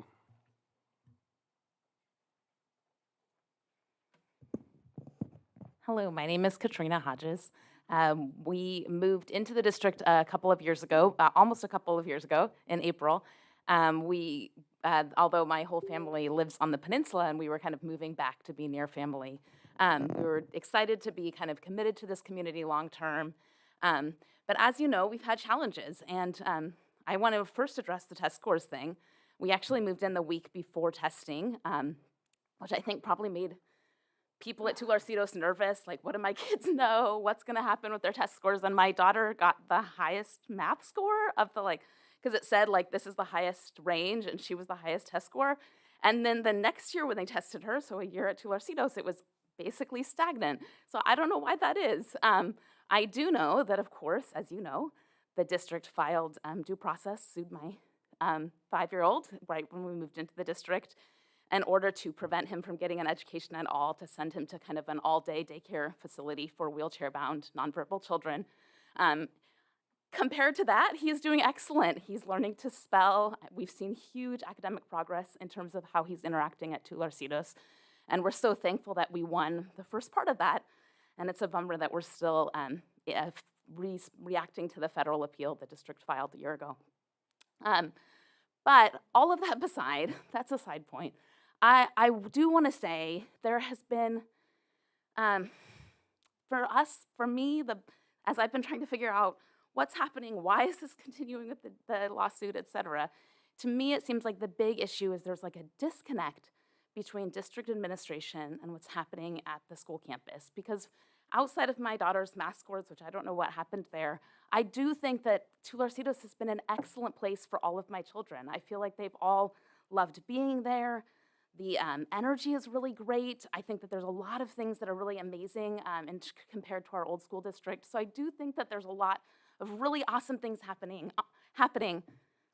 But at the same time, my son has faced a daily human rights violation that I've not talked about. I'm not going to get into details right now, where over a year ago we had a meeting with his team, and they said these are the steps that we would need to do to kind of resolve this situation. They've put all of those steps into place, and it's still not resolved.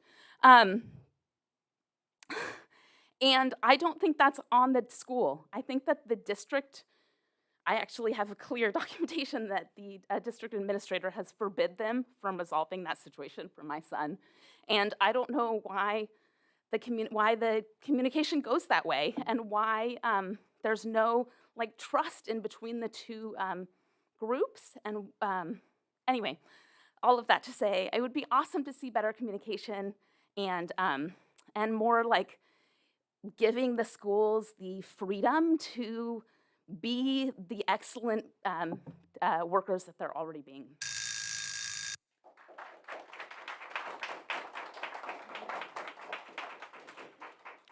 Thank you for your comment.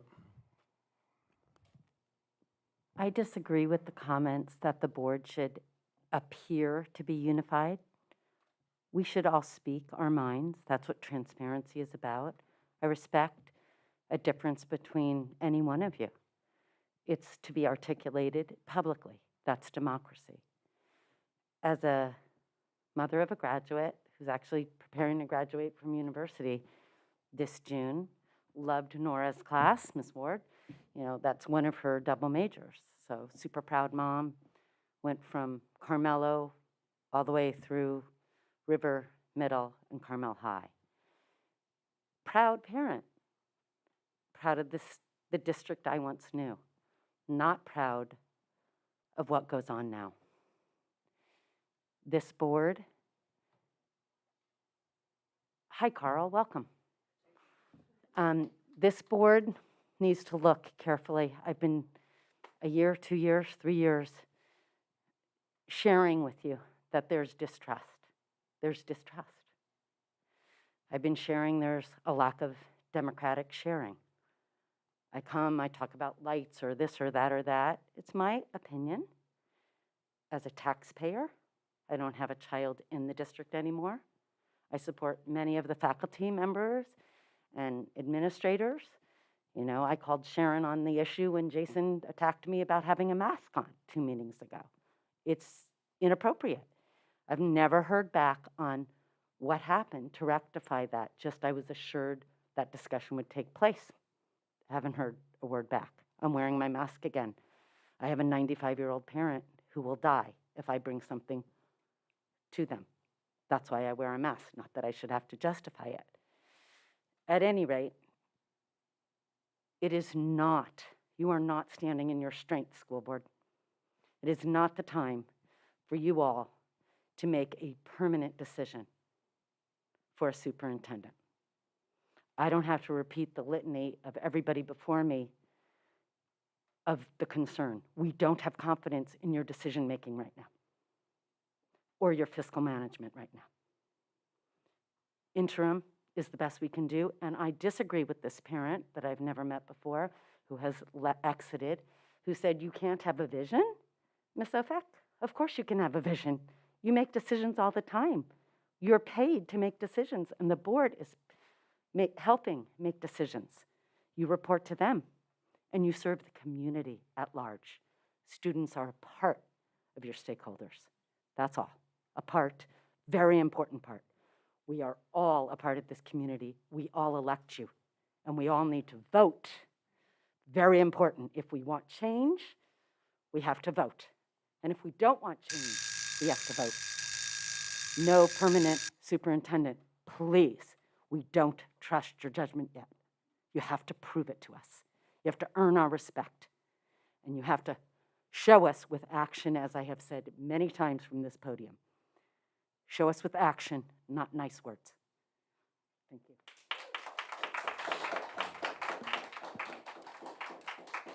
Thank you for your comments. Is there anybody else who would like to speak during public comment? Thank you to all who provided public comment. We're moving on to agenda item 2, the consent calendar. The board may bundle a number of items and act upon them together in one motion through the use of a consent calendar. Consent agenda items are routine items deemed to be non-controversial, for which the board discussion is not anticipated and for which the superintendent recommends approval. There will be no discussion on these items prior to the vote unless any members of the board request specific items to be removed for discussion. I would like to pull a couple of items, please.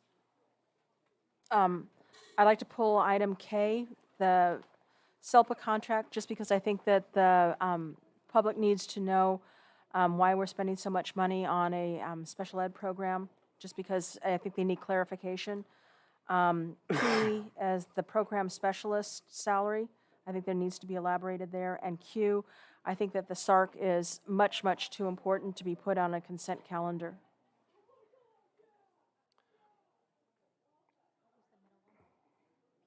We missed one, Emery, I think. K, P, Q.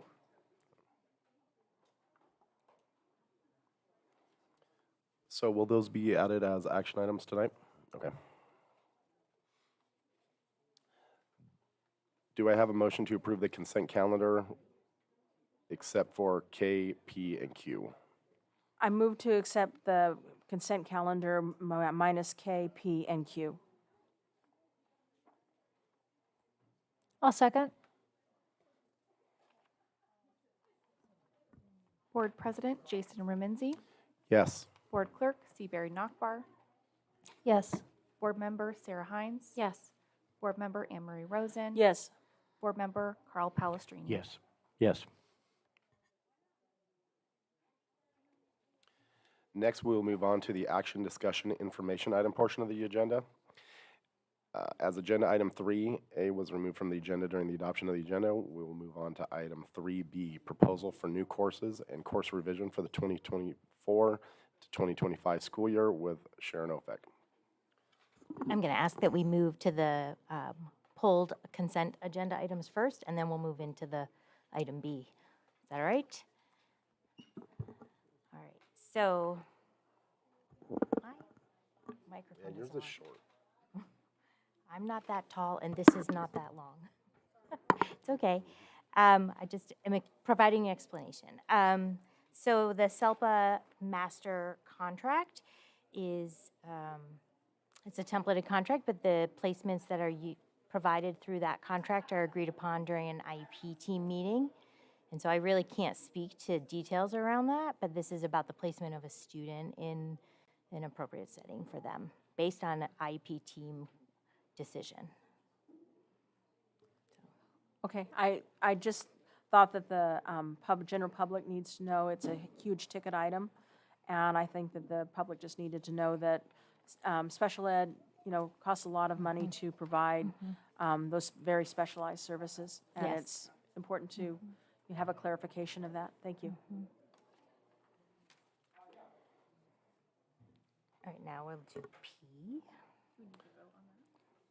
Yeah, we need to vote on the. Did that clarify, Emery, or would you like to make a motion to pass it? I can make a motion to pass it. I just needed a clarification as to what it was so the public can understand a little bit better. Thank you. Okay, can I have a motion for passage of item K? That's K, Formerly right? item K. Yeah, formerly item K, thank you, I'm sorry. I was so moved. And I can second. Board President Jason Remenzi. Yes. Board Clerk Seabury Nockbar. Yes. Board Member Sarah Hines. Yes. Board Member Anne-Marie Rosen. Yes. Board Member Carl Palestrini. Yes.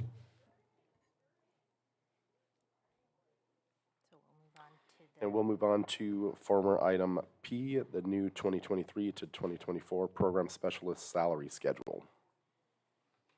So this is a salary schedule that goes with a position that, description that was approved at a previous meeting, and looking at the job criteria and expectations of the fulfilling of that position. This is the salary schedule that was developed based on the certifications and expectations of that role. And whereabouts, what department? Is this going to be floating? Is it going to be a specific site? Is it going to be a district office? Programs, program special, the job description was, if I remember, it was either the October or November meeting, but the position is in support of special education. As you've heard in a number of meetings, and as you pointed out, the needs and the services are growing in our district, and this is in support of that position. This person, based on the job description, would also have the skill set of a school psychologist in order to be able to help in that arena as well, and would be based at the district and supporting sites across the district. Thank you. Is there any other discussion for this item? If not, can we receive a motion? I move to approve the program specialist's salary schedule for the 2023-2024 year. I'll second that. Board President Jason Remenzi, Yes. Board Clerk C. Barry Nachbar, Yes. Board Member Sarah Hines. Yes. Board Member Amory Rosen. Yes. Board Member Carl Palestrini. Yes. Moving on to the 2022-2023 School Accountability Report Cards, SARC approval. All right, so this is, I was explaining this earlier to Marcus when we were reviewing the agenda, but this is a routine item. It is provided to, every school district provides this to their school board every January for approval.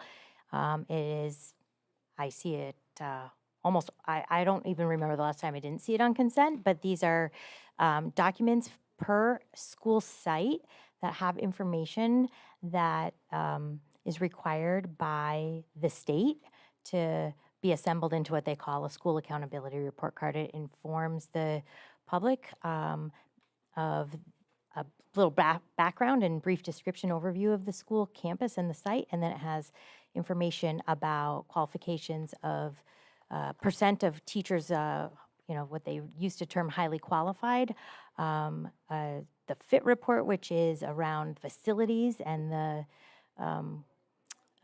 condition of the facilities.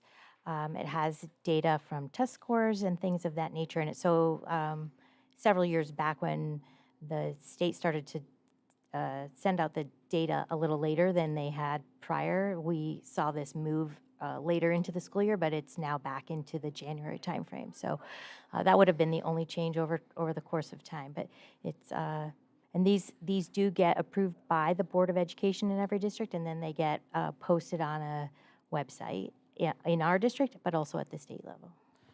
Are they still available at the school sites?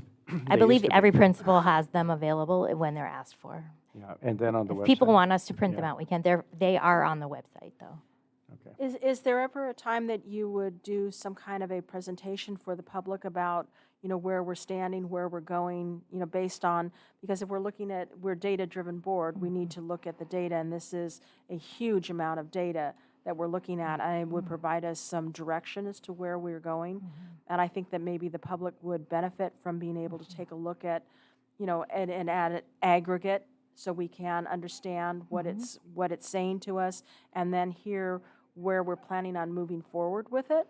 So it wouldn't be part of a SARC report. Right, but it would but we be- can, we just, every district has a different approach to that. A lot of this information is replicated in the LCAPs who hear it at that time of the year as well. And we certainly have a new, as of this school year, there's a requirement for a mid-year update as part of the LCAP process. So that'll be coming to us in the February board meeting, which will have some presentation information about that as well. I just think that it would benefit our reputation to be able to at least put this out and have a baseline set of data so we can understand going forward, where we're going, where we're moving forward, so there's buy-in from our community, so. Yeah, so we can bring that to agenda setting and talk about agendizing a presentation around data.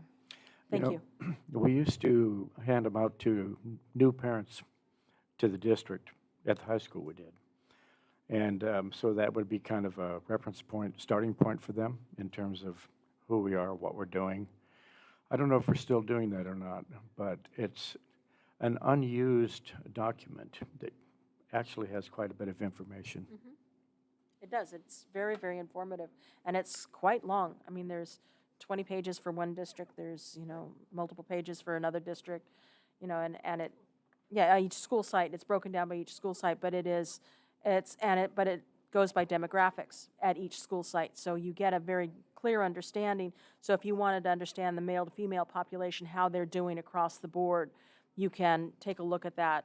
You can also pull up the data scores for different schools, our neighboring schools, so find out how we're doing against other schools.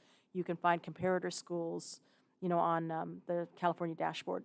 But I think it's too important to, quote unquote, bury it in a consent calendar, and I think it needs to be more highlighted. Anyway, that's just my personal opinion. Is there any other discussion, or could I receive a motion to pass the 2022-2023 School Accountability Report cards, SARC? So moved, provided that we have some kind of a presentation at a future date.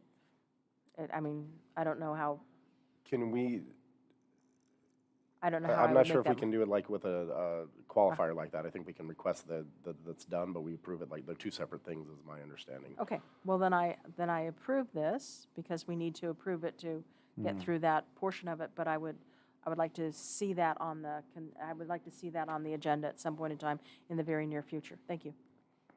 I'd have to agree. I think we need to do a little more with it. It's a thumbnail sketch, for the community. And I've often wondered, we put some time into putting it all together, but yet, I can't think of a better way to introduce each of the schools to, changing grade level parents and things like that. So of course, we'll approve it, but I'd just like to see us market it. It's a living document. It's something that, Correct. Grows and changes with us, as we, progress throughout the year. So do we have a second for Anne Marie's motion? I'll second that. Okay. Board President Jason Remenzi. Yes. Board Clerk Seabury Nockbar. Yes. Board Member Sarah Hines. Yes. Board Member Anne Marie Rosen. Yes. Board Member Carl Palestrini. Yes.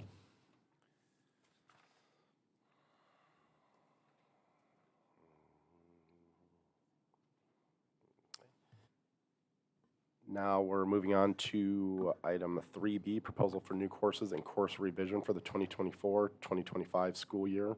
And Sharon will present. All right. So this also is one of these items that is typically put into consent, but we did pull it off to highlight some of the new courses this particular year in the interest of previous conversations and to highlight that opportunities that will be provided. Actually, they were provided last night, I believe, at the elective fair for students who may be interested to learn a little bit more about them. And pending board approval, we would be able to move forward with some of these courses. So just know that these are being presented tonight, but the timing of the elective fair and the board meetings didn't necessarily align, but we made sure that the folks presenting these courses knew that these were pending board approval.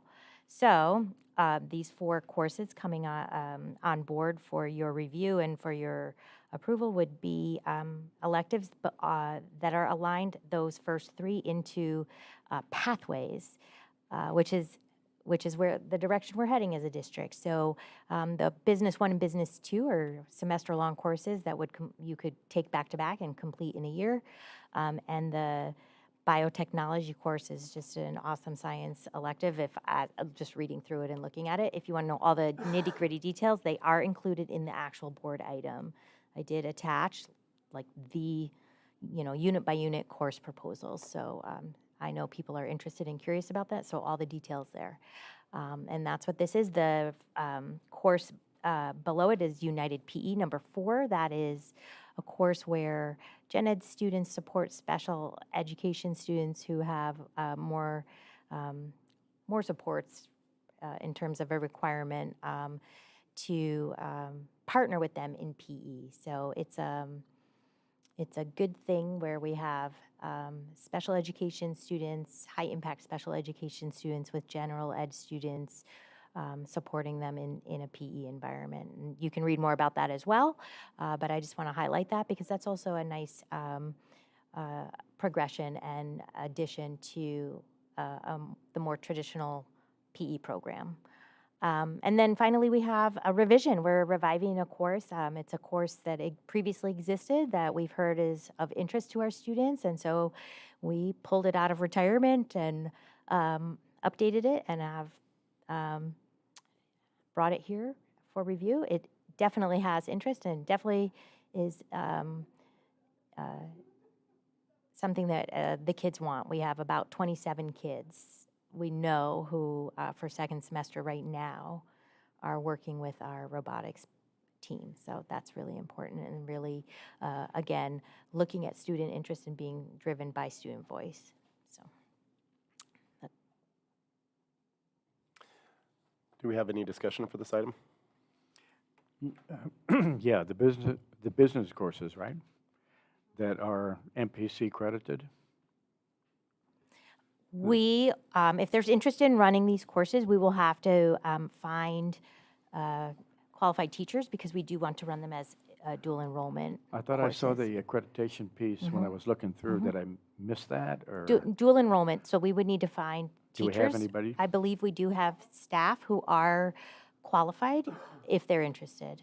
And if they're not interested, we will see No, what but if we happens. could get that going, it'd be terrific, because here's more college credit that's acceptable through the junior college or community college. And is the other course phys ed? Yeah, related? United PE is You know, a it wouldn't be physical a bad education idea to course. have the teachers that are actually going to be doing this make a presentation, because we have struggled with physical education, especially at the high school level, for a lot of years. You know, in terms of athletes maybe not participating in certain quarters, and other kids kind of test-driven, state standards. And this looks like it's high-interest, lifelong sort of participation sports, as I read through it. It's kind of an interesting twist on the format. Yeah, it's designed for around the needs of high-impact special education students. I would just like to get somebody from phys ed in here and just talk about what was versus what could be and will be. I think it'd be really enlightening. I do. All right, we'll bring it to agenda setting. I just wanted to point out that these are really good examples of career tech ed, which I know that I've been talking to. I've spoken to Peter about it in particular.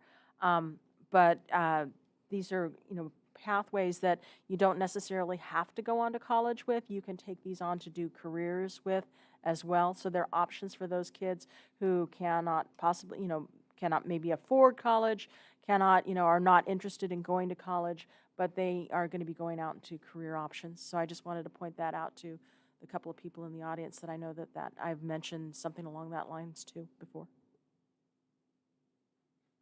And I'm just curious, Sharon, so with these recommendations, and you said student voice, where do the students have the opportunity to participate in discussion about that? Is it with maybe the advisory council, or? I'm wondering how the students can participate in these discussions about potential new courses. And I was curious to know where that platform is, if it's through ASB or through the Student Advisory Council. What student interest, we probably should be doing more, I would think, in terms of soliciting what it is. But I think you can look at a broader picture. Business courses are an outstanding option because they're practical. And as Anne Marie is saying, they're career tech, and they're also academic. So you get a kind of a win-win. I think, you got to ask the kids. And sometimes it works and sometimes it doesn't. I remember asking them what language they would like to add at Carmel High School. And they came up with Italian. So sometimes it works and sometimes it doesn't. But student interest, you always want the two-way credit classes if you can get them. It's just a question of having somebody with a master's degree that can do it. So it's, and it's a pretty tight schedule too when you really look at it. And you got to have room in there for kids to be able to actually take the classes. It's a pretty complicated process, but it's a good question.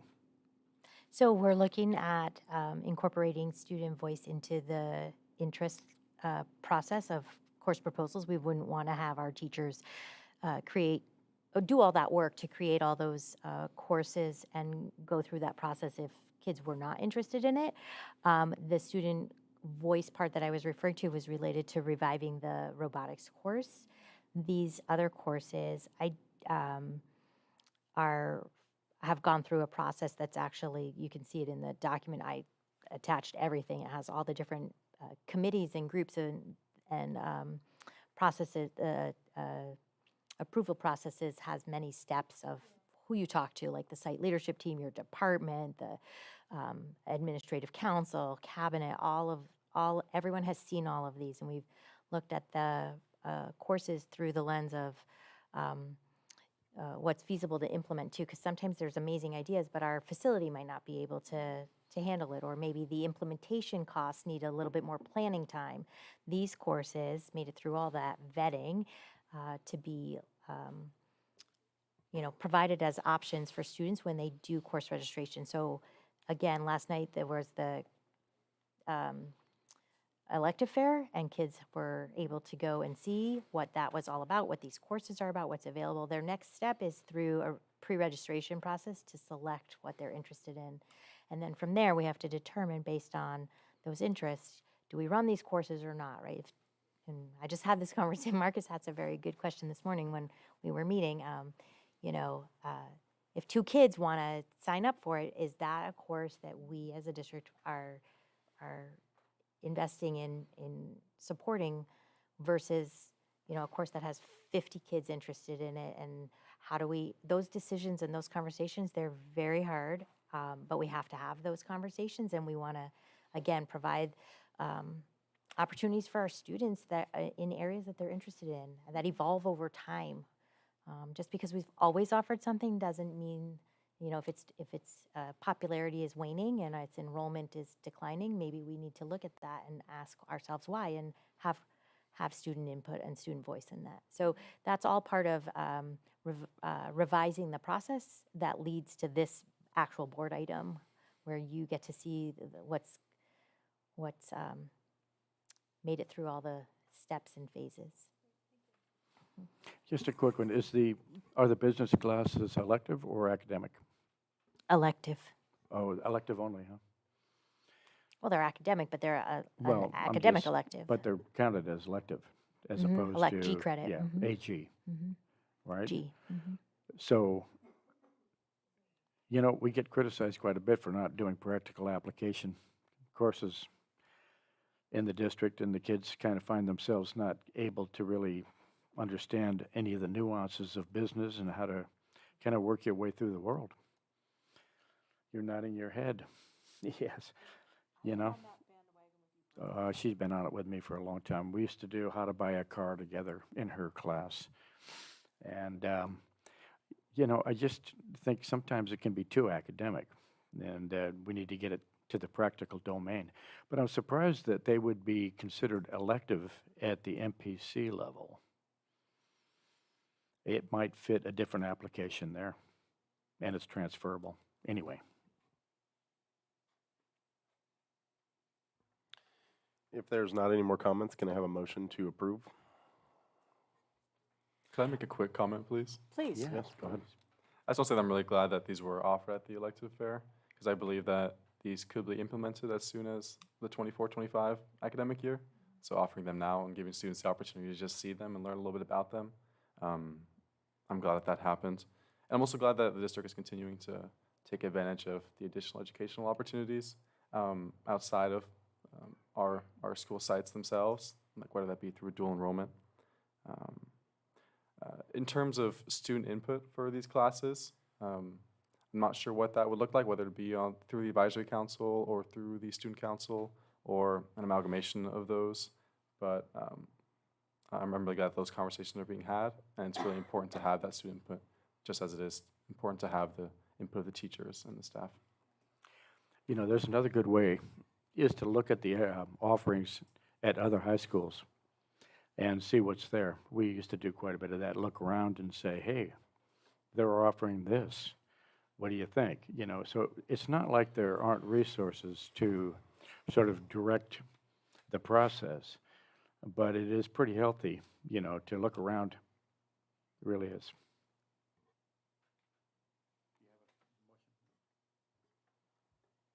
No, do I have to have a motion? You can make a motion. So do you need anything on this? What do you need? And a motion to approve? Okay. I will make a motion to accept a proposal for the new course revisions, item B, as presented. And I'll second. Board President Jason Remenzi, Yes. Board Clerk Seabury Nockbar, Yes. Board Member Sarah Hines, Yes. Board Member Anne Marie Rosen, Yes. Board Member Carl Palestrini. Yes. Thank you. On to item 3C, update on the mitigation measures for stadium improvement projects with Dan Paul.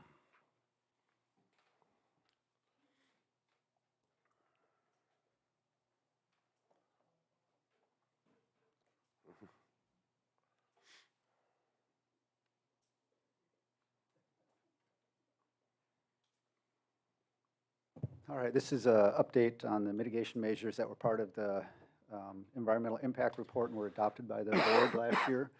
So there's quite a few attachments there. I'm not going to go through everything. There's a lot of information. I can just run through them very quickly, and then if there's any questions, I can answer them. Starting with mitigation measure 5-2, it addresses the hours of games and practices at Carmel High. AR 7000 was adopted on 10/20/23 and incorporates the times listed in the mitigation measure. The Musco light system allows us to program the lights remotely and adhere to the times listed in this AR.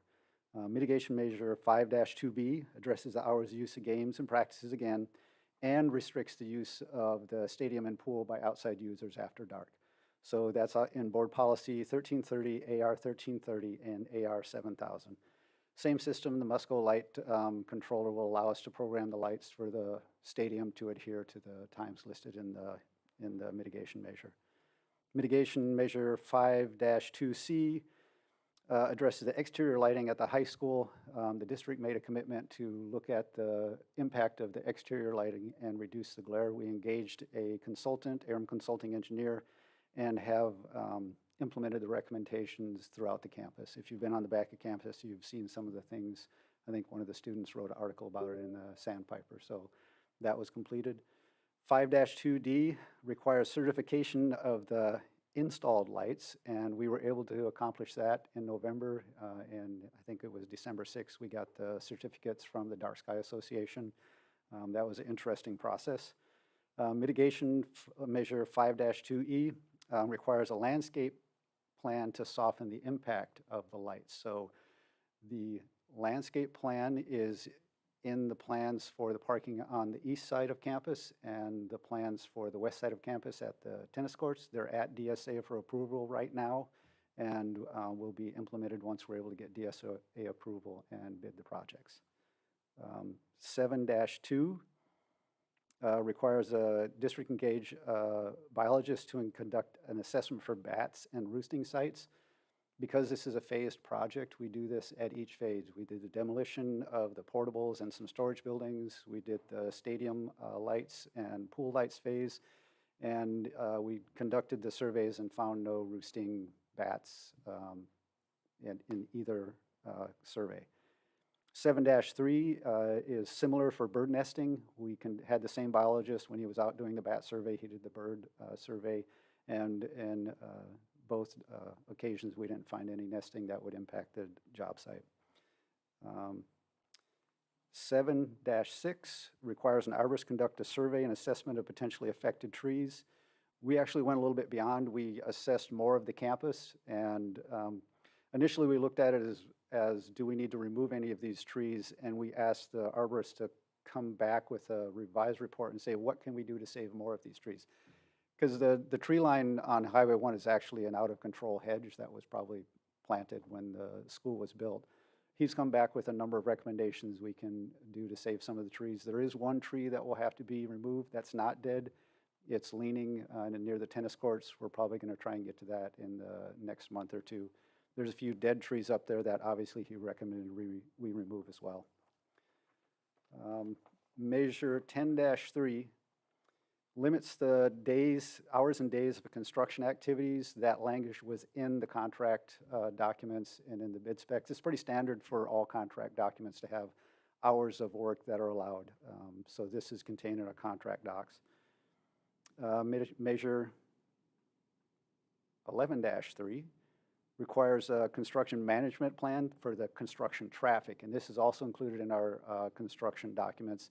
As part of the bid documents, it shows the contractor where he can stage his equipment, where he can park his equipment, how he should enter the campus, where he should put stop signs or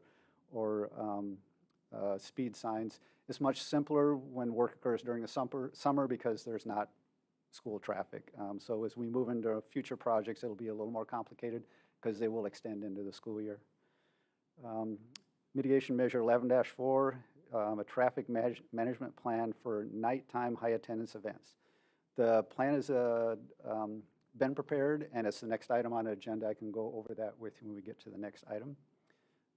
Measure 13-1 requires certain procedures if archaeological resources are discovered during construction. This is pretty standard contract language for construction as well. If you find any type of Native American artifacts or anything like that, you have to stop the project and go through a process. And 13-2 is similar for human remains, and it's the same process. You stop the project, standard contract language. It's in all construction contracts. If there's any questions about any of the mitigation measures, I can go in a little deeper. Yeah. So in terms of these conditions, are any of these a change from what we originally planned to do and that we communicated to the community? No, it's what we committed to in the mitigation measures that were adopted. This is meeting all of the conditions. So there's no changes because we're getting some pushback that maybe we've either reworded it or perhaps changed direction a little bit. So that's a no, I guess, right? Yeah, I can. This is probably part of the next agenda item, but I can okay. answer that. When you Go look at ahead. the mitigation measures, Yeah. In our column where we talk about the measures, this is preparation of a plan prior to the first highly attended game in the Leida Stadium, where the site parking is expected to be insufficient. And it'll be implemented at all highly attended games in the Lighting Stadium. That's the language that's in the board resolution. Dan, are we still talking about the item for the mitigation measures for the stadium project, or did you move on a little bit to the traffic? It's kind of it's intermixed. Okay. intermixed right now, yeah. So I'm answering a question. I know that would come up with the next item. Yeah, So that was it's- my question it's- with the next item. That's why I was kind of going Yeah. with it, to make sure that we were still on board with what we had promised before. Yes. Because I did get the same question over the weekend. Yes. If it's, go over the insufficient piece. I mean, is that something we just have to disclose, or how does that work? So in Carl- reading the entire. Dan, so since there's two different things, the update on mitigation measures for the stadium improvement projects was an information-only item. I think if there's no questions on, if there's no questions on that one, then we can move on to the traffic management plan portion. I have just a comment, just sort of an idea to throw out there, and I don't know how viable this is, because I too have been approached by, the neighbors, as I'm sure all of you have gotten calls, but I'm wondering, I would love to have a point in time where we have the neighbors going, yeah, we support you, we know what was going on, we know, we went through the whole entire process with you, we understand your hands are tied on this, and I would love the neighbors to come in and say, yeah, while it may not be exactly what we're looking for, we understand where you're coming from. Is there any way of doing some kind of a neighborhood district, co-joining force where we're sharing, the information back and forth? I don't know if that's even possible. So you're speaking specifically about the parking or more of the mitigation measures in general? I'd like to hear from the neighbors that they come back and say, okay, we know exactly what they're doing. We're not feeling that anything is being hidden from us. And I know that that's not your intention. That's not our intention on our end. I know that the neighbors just want to know what's going on and say, hey, is there any way that we could have like their neighbor, because they've got some kind of neighborhood committee. We've got the committee that's working on it. Can they just kind of, be hanging around with us and say, hey, look at, we've got this district resolution, we've got these board policies, we've got, all the state mandates and stuff, and these are the parameters that we're living in, so that the neighbors are understanding what kind of, how our hands are tied. And I don't know if that, I'm just throwing it out as an idea, not. I think I hear what you're saying, but I'm going to chime in. Please. So this item is an update on it's part of the CEQA process. We're required to provide the board and the community through this presentation an update on our adherence to what we said we were going to do. who was high, the list of things that Dan just read through. So that's what this is. This is connected to the stadium lights, and you have the exact wording there, but it's for when they are used for high-impact games, right? Is that the language? Highly attended nighttime Highly events. attended nighttime events. Right. So it's very specific. And I think part of what is confusing the conversation maybe is just the general parking at the high school for anything, which is separate from this item. But I think what I hear you, saying is, can we work with the neighbors? And I have been responding to some neighbors who have brought to attention, just like they did with you, some of these issues. So, but I do think it's confusing you can't blend it all together into one thing. This is specific to the requirements that we are adhering to, providing an update for everyone. So I think it needs to be teased out a little bit more. I know that I'm not speaking specifically about this agenda item, but it is sort of ancillary to it, where at least the neighbors can feel like they're kind of knowing what's coming up before being bamboozled by it on a Friday and taking a look at the agenda item and going, whoa, where did that come from? And that you guys have been thinking, just kind of giving them a heads up as to this is what we have to go through this and check this box here. We have to go through and get board approval. And, we're doing all of these things just to give an extra double check. I don't know. I'm just trying to, I'd like everybody to be happy. I don't know how to make everybody happy. But maybe if we had the neighbors more informed of what's coming on, they can go, whoa, they checked that, they did what they're supposed to be doing. And I'd love to kind of have that. So, thank you. One of the examples, that's hard to, they were after me because I'm not too far from their neighborhood, and I know all of them pretty much, so we're approving the turf, a final approval here, right? I don't think we can No, talk th- about this that is- within We're not this there yet. agenda item. We're Till we get only to the next one. discussing the mitigation measures for Yeah. this So, specific yeah, piece. So but, I think the other if we thing- want let to talk about we other will. things I- related to the project, I think we do need to have a motion for this agenda We item. can And do since that. this one's information only, we don't need a motion for it, correct? We could move on to the next one where there would be discussion where we would have to make a motion. Is everybody comfortable moving on to the next one? The resolution 24-01 for adoption of the CHS traffic management plan for CHS Stadium Improvement Project, because I think that's what we keep moving towards beyond what's been discussed already. And so are we on that one now? So we've moved on to that if everybody's comfortable moving on with that. If everybody's comfortable moving on, we're moving on to that one, and then we can start that discussion. And Dan will present on that one right now. And for board edification, is this one action or discussion because it's not noted? Okay. Go ahead, Dan, take it away. This one is a resolution adopting the traffic management plan for the high school improvements projects. It's part of the mitigation measures for the stadium improvements project. Mitigation 11-4 requires the district adopt the traffic management plan. The plan was developed by a traffic consultant, TJKM, over the course of the past couple years. The proposed traffic management plan was included in the draft EIR for public comment. The final TMP traffic management plan implements mitigation measure 11-4. So as required in 11-4, it'll apply to nighttime football games at high school and all other events or games with high attendance. So I know the question has come up is how do we calculate that? The EIR was a huge document, but when you get into it, we estimated attendance for different events and the number of people that would be in each car. So based on the type of event that's going, we can have a pretty good idea of whether it's going to exceed. There's always going to be events like we're playing a rival that we need to be thoughtful about and say we should probably prepare for this and maybe implement. But there's language in there that if we follow the thought process that we started in the EIR, we'll do everything we're supposed to do.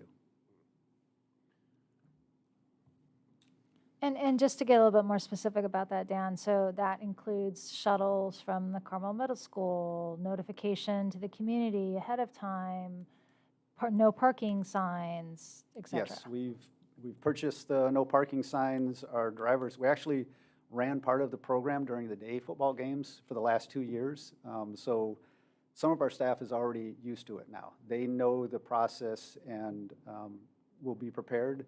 And part of this traffic management plan is we have to take a look back at the end of, say, football season, because that's our highly attended games, and say, what can we improve? And solicit feedback from the neighbors if they have some. Well, they may have the tweaks along the way that can make it better. We're willing to take a look at it and see what we can do. And what is that process? Because I think there's a couple community members that feel shut out, and maybe that they don't have an option to get a hold of you or to talk to you about it. Because the question I got on Saturday was that, oh, you guys have completely changed the verbiage. And when I asked the question, it was not the case. So I think there's just some confusion with the documentation. But we just want to make sure that the community, the people that live close, have a method and a procedure to reach out and voice concerns. You know, that one person's voice does not speak for everybody, but get everybody's input and try to accommodate. The traffic management plan will have information in it, and I've received emails from community members over the course of all the years I've been here. My information's on the website. But again, this is for nighttime, highly attended games. That's what this is for. I just want to be specific. Very narrow. Okay, thank you. So this is specific to just nighttime? Yes. Okay. We're gonna continue the stuff that we put in this year, the shuttles and things for night games and That's all in here. all of that stays? Yep. Okay. That's all in the traffic management plan, which is what this is a resolution for. This formally adopts it to comply with the mitigation measure in the environmental impact report. Is this a final approval? This is a final approval from the board, but we do a review process every year. Okay, so what would be the next step if we approve this? We implement it. Say it again? We implement it. Just do it, okay.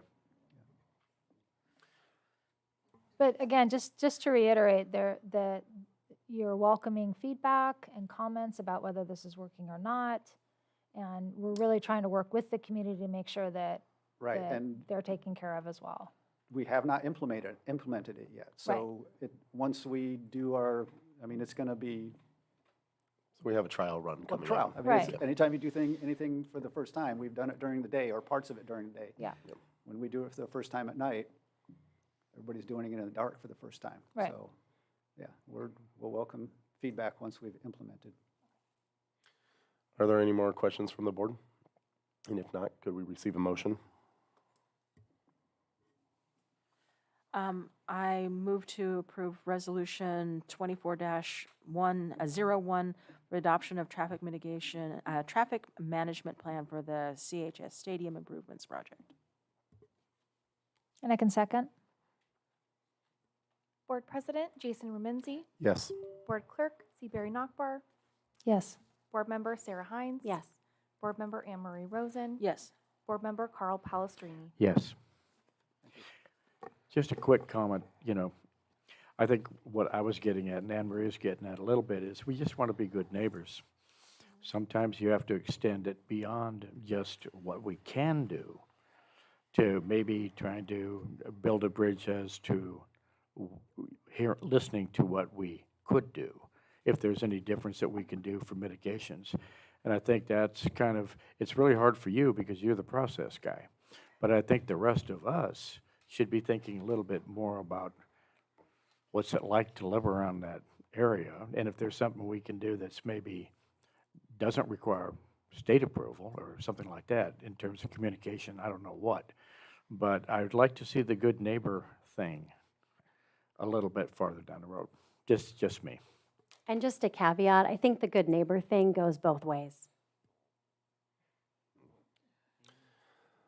All right, thank you, Dan. Our last item on the open session portion of our agenda, the Monterey County Schools Boards Association 2024 Excellence in Education Award. Sharon will present. So this information was brought to the board at our previous meeting, and we were enabled to nominate any organizations that were not on the list already. And I just want to address for the community, I already shared information, but we, as a board, nominated the Kashawa Children's Center as an organization to be added in. And then when we received this document that was pushed out and posted here for tonight's review, we questioned why the Kashawa Children's Center wasn't there. We received a message from the County Office of Education that facilitates this for the Excellence in Education Award, that that it was an oversight on their part, that we can still, there's an apology from them saying it was an oversight on their part, and that we can still include them in our voting if we want to. But I need you guys all to know that it is not on every school board in the county's list of organizations based on the feedback we got. So they do meet, and they do have in their meeting an opportunity to, nominate them anyway. But I just want you to know the full extent of our work in terms of tracking down the information as to why it wasn't there. Okay, thank you. And the exact message was sent to everybody. I Okay. forwarded it to everybody earlier today. So that being said, this document was shared. We have to select 3 put them in rank order from our first to our third choice. So, conversation, I guess. Let's start the conversation. This should be fun. There's a lot of good organizations on here that I see. We're trying to rank the top 3 that we believe as a group. We have to rank them. We have to pick 3 and submit them. I'm going to throw out my 3, just to get the conversation rolling. rolling here. I would like to put the Kashawa Children's Center as number 1, just because it's from us, and it probably is going to be, the only vote that it's going to get, and so I'm going to put that one out there. The Restorative Justice Partners, just because we have got quite a few of their group is within our community, within our district, and then Read to Me Project, and that's what I'm going to throw out there. That is already go. Thanks. Top one was Kashawa Children's Center. I'd just like to add the Monterey County Human Trafficking Force to the. I'm going to go with the Kashawa Community Center program as number 1. And did anybody read The Doors to Hope? That one seemed like it might be pretty interesting to me. And there's repeats. They gave us a list of all of the previous winners. And it's hard for me to go to somebody twice when we haven't hit somebody once. So that's just a thought. I would definitely support the Monterey County Rape Crisis Center coming from a student perspective. And I think they've been instrumental in helping with some of our clubs on campuses, and also some training in regards to sexual harassment and assault, how to respond to that, people you can go to, and making themselves available as a resource with the Our Voices Club. They also helped host the active bystander training on campus at the high school last week, and they've made themselves an open resource to students. And I believe they even provide, I'm not sure what the specific term is, but like support or defense if a Title IX report or a case proceeded to the judicial level, that they would support the victim without charge.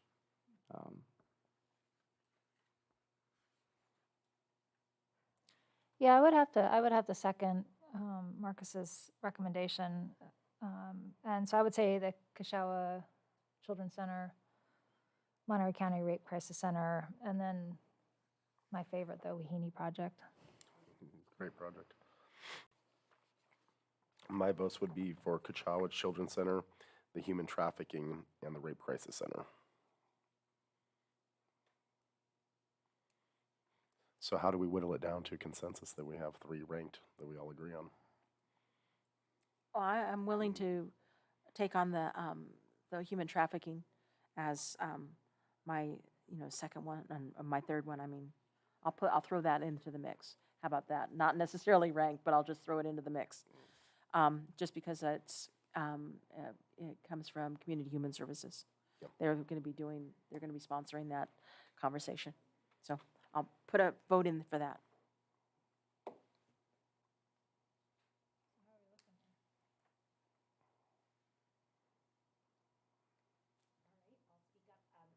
Just as trying to write down what everyone, not everyone recommended 3 choices, but I will say, if I got this correctly, Anne Marie, Carl, Seabury, and Jason all had Kashawa Children's Center. So that would be a conversation to have about whether or not that's a final choice and what position it goes in. And then there's Marcus and Jason and Seabury, who brought up the Monterey County Rape Crisis Center. So that might be one. And then the human trafficking got multiple mentions as well. Restorative justice, Read to Me, and Doors to Hope were all mentioned only one time, if I have that correctly. So, and Wahine, sorry, and Wahine also got only 1. So it seems like there's potentially some consensus around the organizations, but not necessarily the order, the rank order. Well, it seems to me it would be nice to support within, and so I would vote for Kashawa Children's Center to be number 1.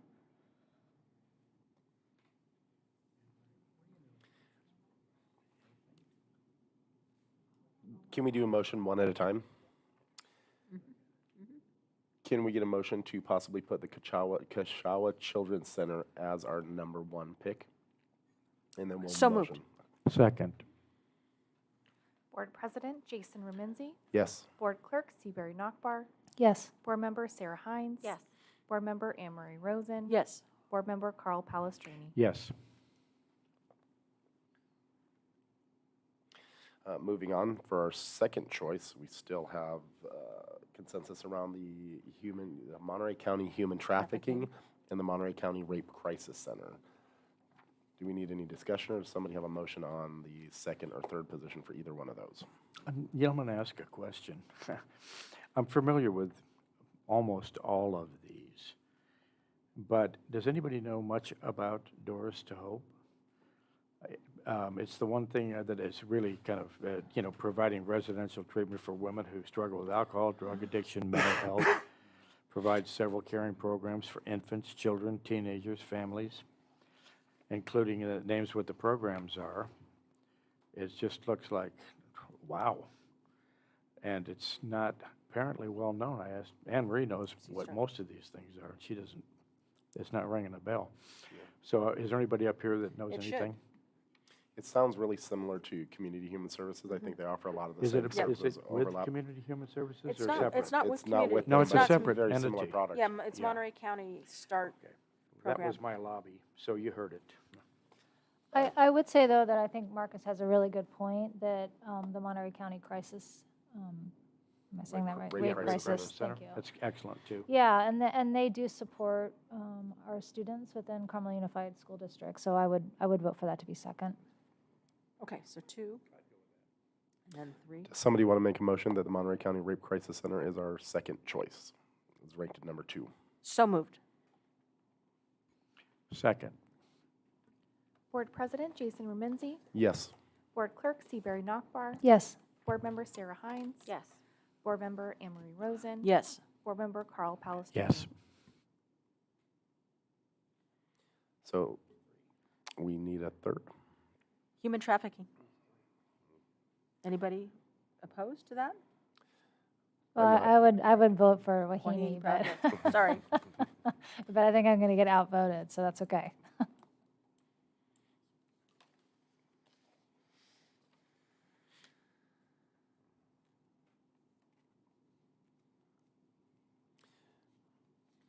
It hasn't gotten it. I kind of like, and I know it's not going to go anywhere, is the North County Youth Recreation Association. It's NCYRA. They're a group out in Prunedale, and I don't think it should be elevated, but I just want to highlight them a little bit. There was a single guy, his name's Dan Thompson, that worked for Granite that would borrow heavy equipment in the off season, and he built out 50 acres worth of baseball fields, softball fields, soccer fields, a BMX track. That's where most of the Little League from Salinas Valley is hosted at, and a lot of the softball tournaments. It's a really neat program that he kind of single-handedly put together with a group of ragtag volunteers, and I used to serve on that board 6-7 years ago. But we had talked about the Monterey County human trafficking, which I think is also a real major concern in this current day and age. And I would support that as our third choice also. Well, as much as I would still like the Wahini project, I would vote for that too. Motion? I think we're there. I'll make a motion for human trafficking to be our third choice. I'll second. Board President Jason Rumenzi, Yes. Board Clerk Seabury Nockbar, Yes. Board Member Sarah Hines. Yes. Board Member Anne Marie Rosen. Yes. Board Member Carl Palestrini. Yes. That concludes the open session portion of the agenda.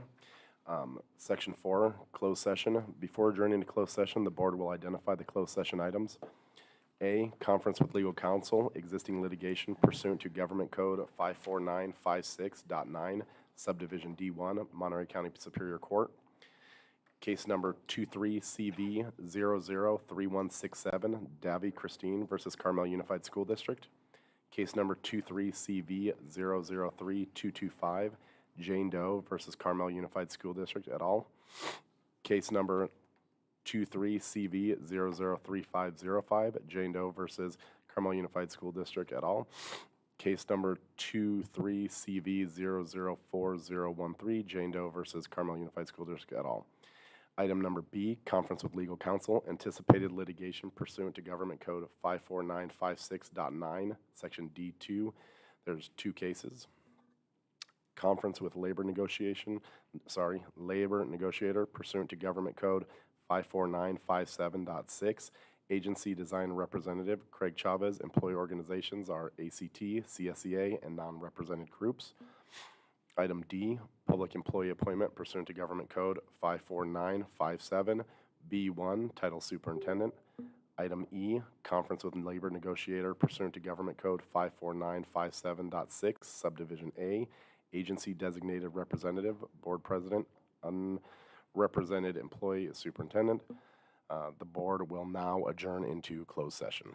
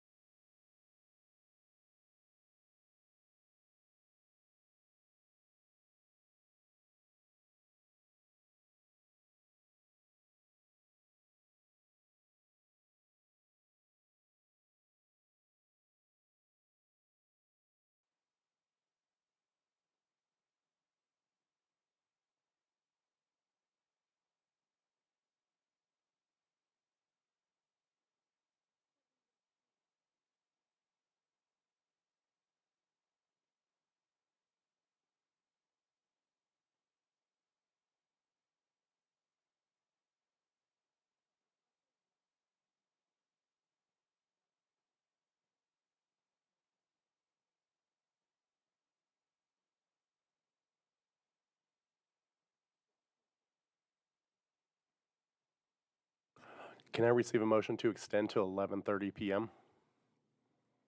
I'll make a motion to extend to 11:30 p.m. Second. Board President Jason Remenzi, Yes. Board Clerk Seabury Nockbar, Yes.